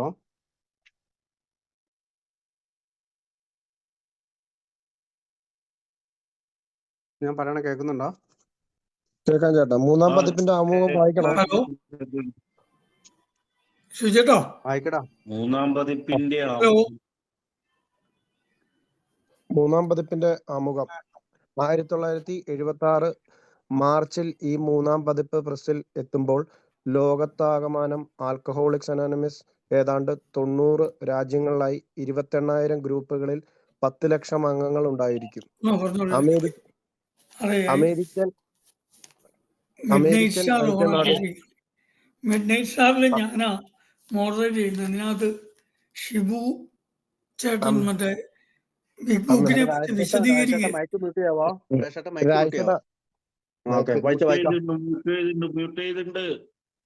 അമേരിക്കൻ ഐക്യനാടുകളിലെയും കാനഡയിലും ഗ്രൂപ്പുകളുടെയും സർവേ കാണിക്കുന്നത് AI കൂടുതൽ ആളുകളിലേക്ക് വ്യാപകമായി എത്തുന്നു എന്നാണ്. സ്ത്രീകൾ 4/1 വരും. പുതിയ അംഗങ്ങളിൽ 3/1. 30 വയസ്സിൽ താഴെയുള്ളവരുടെ അനുപാതം 7%. അവരിൽ പലരും കൗമാരക്കാരും. AI അടിസ്ഥാന തത്വങ്ങൾ വ്യക്തികൾക്ക് വ്യത്യസ്തമായ ഒരു ജീവിത രീതിയാണ്. വിവിധ രാജ്യങ്ങളിൽ ഈ പരിപാടി ഫലശേഷിയോട് പ്രവർത്തിക്കുന്നു. ഈ പരിപാടിയുടെ കാതലായ 12 പടികൾ ഒരു രാജ്യത്ത് ലേസ് ഡോസ് പാസോസ് എന്ന് വിളിക്കുമ്പോൾ മറ്റൊരു രാജ്യത്ത് ലേസ് ഡോസ് എറ്റാപ്പോസ് എന്നറിയപ്പെടുന്നു. പക്ഷേ അവർ മോചനത്തിലേക്കുള്ള വഴി കണ്ടെത്തുന്നു. ആദ്യകാല അംഗങ്ങൾ തെളിച്ച അതേ വഴി തന്നെ. ഈ കൂട്ടായ്മയുടെ വലിപ്പവും വ്യാപ്തവും വർദ്ധിച്ചെങ്കിലും അതിൻ്റെ കാമ്പ് ഇന്നും ലളിതവും വ്യക്തിപരവുമാണ്. ഓരോ ദിവസവും ലോകത്തെവിടെയെങ്കിലും ഒരു മദ്യപൻ മറ്റൊരു മദ്യപനോട് അനുഭവവും ശക്തിയും പ്രതീക്ഷയും പങ്കുവെക്കുമ്പോൾ മോചനം ആരംഭിക്കുന്നു. Thank you. അത് 1976 മാർച്ചില് ഈ 3-ാം പതിപ്പ് എപ്പോഴാ? 1976 മാർച്ചിൽ 3-ാം പതിപ്പ്. അതിനു മുമ്പുള്ള പതിപ്പ്, അത് 2-ാം പതിപ്പ് 1955. ആദ്യത്തെ പതിപ്പ് 1939, 1939, 1955, 1976. അപ്പൊ 3-ാം പതിപ്പിന്റെ ആണ് ഇത് പതിപ്പ് പ്രസിലെത്തുമ്പോൾ ലോകത്താകമാനം ആൽക്കഹോളിസം അനോണിമസിൽ ഏതാണ്ട് 90 രാജ്യങ്ങളിലായി 28,000 ഗ്രൂപ്പുകളിൽ 10 ലക്ഷം അംഗങ്ങൾ ഉണ്ടായിരുന്നു. ഇപ്പൊ നമുക്ക് ഏകദേശം 1,21,000 ഗ്രൂപ്പുകളും 2 മില്യൺ 21 ലക്ഷം അംഗങ്ങളാണ് ഇപ്പോൾ ഉള്ളത്. അപ്പൊ അന്ന് എത്രയാണുള്ളത്? 28,000 ഗ്രൂപ്പുകളായി 10 ലക്ഷം. അപ്പൊ അമേരിക്കൻ ഐക്യനാടുകളിലും കാനഡയിലും ഗ്രൂപ്പുകളുടെ സർവേ കാണിക്കുന്നത് കൂടുതൽ ആളുകളിലേക്ക് വ്യാപകമായി എത്തുന്നതാണ്. നമുക്കറിയാം, ഇപ്പോഴും ആൽക്കഹോളിസം അനോണിമസിന്റെ ഉള്ളിലെ 75% അംഗങ്ങളും, പ്രത്യേകം ശ്രദ്ധിക്കണം, 75% അംഗങ്ങളും US കാനഡയിലാണ്. ബാക്കി 25% ആണ് ബാക്കിയുള്ള രാജ്യങ്ങളിലുള്ളൂ. വ്യാപകമായി എത്തുന്നു. സ്ത്രീകൾ 4/1 വരും. 1976 സ്ത്രീകൾ എത്ര വരും? 4/1. പുതിയ അംഗങ്ങളുടെ 3/1. അതായത് പുതിയ അംഗങ്ങളെ വെച്ച് എടുക്കുകയാണെങ്കിൽ 3/1 സ്ത്രീകൾ, അതായത് 2 പുരുഷന്മാരും ഒരു സ്ത്രീയായിട്ടാണ് വരുന്നത്. 30 വയസ്സ് താഴെയുള്ളവരുടെ അനുപാതം 7%. ശ്രദ്ധിച്ചോ, 100 പേര് വരുമ്പോൾ 7% അംഗങ്ങളായിട്ടുള്ള 30 വയസ്സ് താഴെ. അവരിൽ പലരും കൗമാരക്കാരും. 76 ആയപ്പോൾ കൗമാരക്കാർ വരാൻ തുടങ്ങി. 16 to 19, 16 മുതൽ 19 വയസ്സുള്ള ആളുകൾ. 13 to 19 അല്ലേ? 13 to 19. ശ്രദ്ധിച്ചു നോക്കി. 76 ആയപ്പോൾ AI അടിസ്ഥാന തത്വങ്ങൾ വ്യക്തികൾക്ക് വ്യത്യസ്തമായ ജീവിത രീതിയാണ്.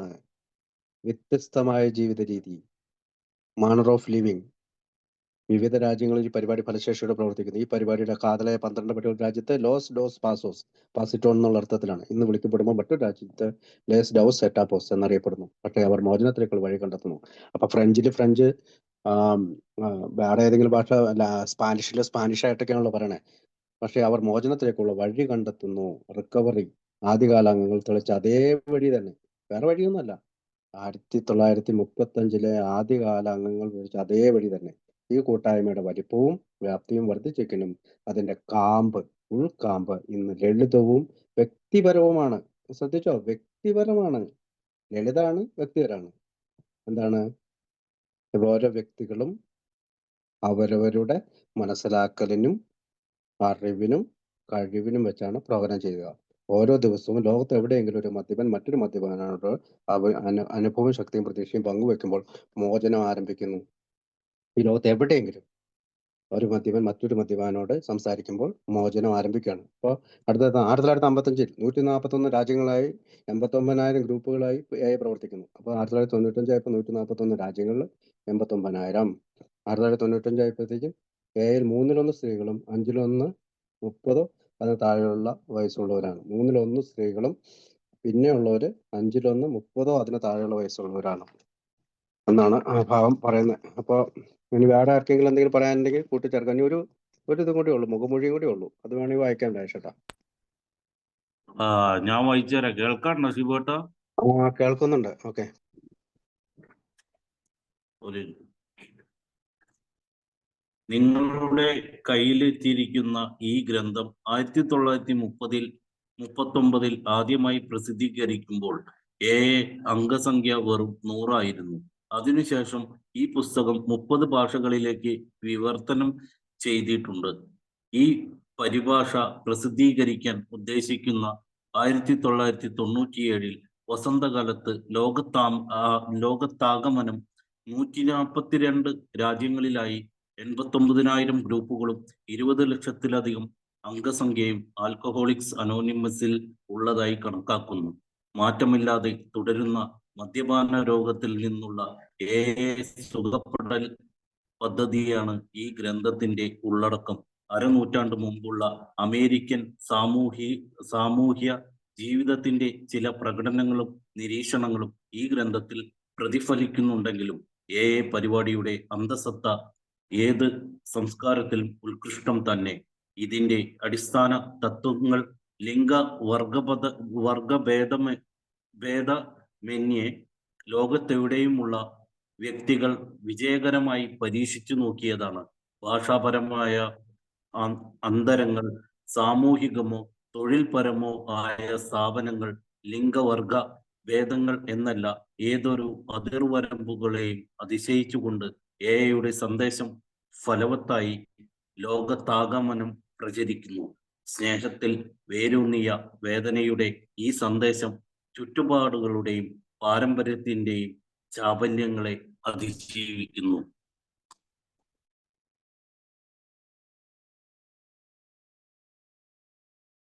Thank you. അപ്പൊ അതിനകത്ത് നിങ്ങളുടെ കയ്യിലെത്തിയിരിക്കുന്ന ഗ്രന്ഥം, അതായത് 1939 ആദ്യമായി പ്രസിദ്ധീകരിക്കുമ്പോൾ അംഗസംഖ്യ വെറും 100 ആയിരുന്നു. അതിനുശേഷം ഈ പുസ്തകം 30 ഭാഷകളിലേക്ക് വിവർത്തനം ചെയ്തിട്ടുണ്ട്. അതായത് 1976 ആയപ്പോഴത്തേക്കും 30 ഭാഷകളിലേക്ക് വിവർത്തനം ചെയ്യപ്പെട്ടു. ഈ പരിഭാഷ പ്രസിദ്ധീകരിക്കാൻ ഉദ്ദേശിക്കുന്ന 1997 വസന്തകാലത്ത് ലോകത്താകമാനം 142 രാജ്യങ്ങളിലായി 89,000 ഗ്രൂപ്പുകൾ 89,000 ഗ്രൂപ്പുകളായി 1976 ആയപ്പോൾ 20 ലക്ഷത്തിലധികം അംഗസംഖ്യ ആൽക്കഹോളിക്സ് അനോണിമസിൽ ഉള്ളതായി കണക്കാക്കുന്നു. മാറ്റമില്ലാതെ തുടരുന്ന മദ്യപാന രോഗത്തിനുള്ള സുഖപ്പെടൽ പദ്ധതിയാണ് ഈ ഗ്രന്ഥത്തിന്റെ ഉള്ളടക്കം. എന്താണ് ഈ ഗ്രന്ഥത്തിന്റെ ഉള്ളടക്കം? പ്രോഗ്രാം, സുഖപ്പെടൽ പദ്ധതി, സൊല്യൂഷൻ, 12 പടികൾ. അരനൂറ്റാണ്ട് മുമ്പുള്ള അമേരിക്കൻ സാമൂഹ്യ ജീവിതത്തിന്റെ ചില പ്രകടനങ്ങളും നിരീക്ഷണങ്ങളും ഗ്രന്ഥത്തിൽ പ്രതിഫലിക്കുന്ന പരിപാടി. അമേരിക്കൻ സാമൂഹ്യ ജീവിതത്തിന്റെ ഒരു ചെറിയ പകർപ്പൊക്കെ ഇതിനകത്ത് കാണാം, നിരീക്ഷണങ്ങൾ കാണാം. ഈ ഗ്രന്ഥത്തിൽ പ്രതിഫലിക്കുന്ന പരിപാടിയുടെ അന്തസത്ത ഏത് സംസ്കാരത്തിലും ഉത്കൃഷ്ടം തന്നെ. അത് മലയാളിക്ക് നല്ലതാണ്, തമിഴ്നാട്ടിലുള്ളവരും നല്ലതാണ്, ഹിന്ദിക്കാർക്കും നല്ലതാണ്, ഏത് സംസ്കാരം, ചൈനീസിലും എല്ലാവർക്കും സംസാരം. ഇതിന്റെ അടിസ്ഥാന തത്വങ്ങൾ ലിംഗവർഗ ഭേദമന്യേ ലോകത്തെവിടെയുള്ള വ്യക്തികൾ വിജയകരമായി പരീക്ഷിച്ചു നോക്കിയതാണ്. നമുക്കറിയാം LGBTQ എന്ന് പറഞ്ഞുകൊണ്ട് നമുക്ക് ഗ്രൂപ്പുകളുണ്ട്. LGBTQ അതിന്റെ അടിസ്ഥാന തത്വങ്ങൾ ലിംഗവർഗഭേദമായ ഭാഷാപരമായ അന്തരങ്ങൾ, സാമൂഹികമോ തൊഴിൽപരമായ സ്ഥാനങ്ങൾ, ലിംഗവർഗ ഭേദങ്ങൾ എന്നല്ല ഏതൊരു അതിർവരമ്പുകളെയും അതിശയിപ്പിച്ചുകൊണ്ട് യുടെ സന്ദേശം ഫലപ്രദമായി ലോകത്താകമാനം പ്രചരിക്കുന്നു. സ്നേഹത്തിൽ വേരൂന്നിയ വേദനയോടെ ഈ സന്ദേശം ചുറ്റുപാടുകളുടെയും പാരമ്പര്യത്തിന്റെയും ചാബല്യങ്ങളെ അതിജീവിക്കുന്നു. ഇപ്പൊ ഇവിടെ എവിടെയാണ് സ്നേഹത്തെ പറ്റി പറയുന്നുണ്ട്? അതിനകത്ത് ഒരു വേദനയുണ്ട്. ചില പാരമ്പര്യങ്ങൾ തെറ്റുമ്പോൾ, ചുറ്റുപാടുകൾ വലിയ പ്രശ്നങ്ങൾ ഉണ്ടാകുമ്പോൾ എല്ലാ ചാബല്യങ്ങളെയും ഈ സംഘടന അതിജീവിക്കുന്നു. അതിന് ചുരുക്കത്തില് ആര് നോക്കിയാലും ഈ വഞ്ചി മുങ്ങില്ല എന്നുള്ള തരത്തിലുള്ള ഒരു മുഖമൊഴിയോട് കൂടിയാണ് 3ാമത്തെ പതിപ്പിന്റെ ആമുഖം അവസാനിക്കുക. അടുത്തത് ഡോക്ടർ അഭിപ്രായം അടുത്ത ആഴ്ച നമുക്ക് നോക്കാം. താങ്ക് യു രാജേഷ് ചേട്ടാ, താങ്ക് യു വെരി മച്ച്.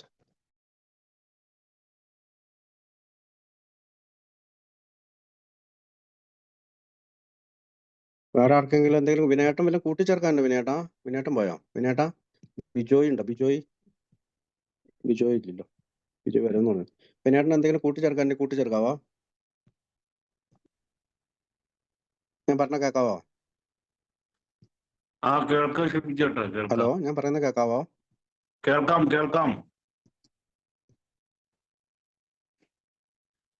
കേൾക്കുന്നുണ്ട്. ഓക്കെ. വിനയേട്ടാ എന്തെങ്കിലും പറയാനുണ്ടോ? അല്ലെങ്കിൽ അടുത്ത ആഴ്ച പറഞ്ഞാലും മതി, ഒന്നുകൂടി നോക്കിയിട്ട്. രാജേഷേട്ടാ രാജേട്ടൻ എന്റെ മ്യൂട്ടാട്ടോ. ഫോണ് പോയി വന്നു.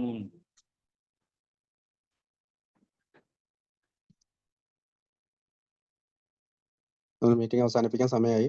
ആരൊന്നും സംസാരിക്കില്ലേ? നമുക്ക് മീറ്റിംഗ് പ്രാർത്ഥനയോടുകൂടി അവസാനിപ്പിക്കാം. ഞാൻ പ്രാർത്ഥിക്കാം. ആരും വെച്ച് പ്രാർത്ഥിക്കാവോ? പ്രാർത്ഥിക്കാം ചേട്ടാ.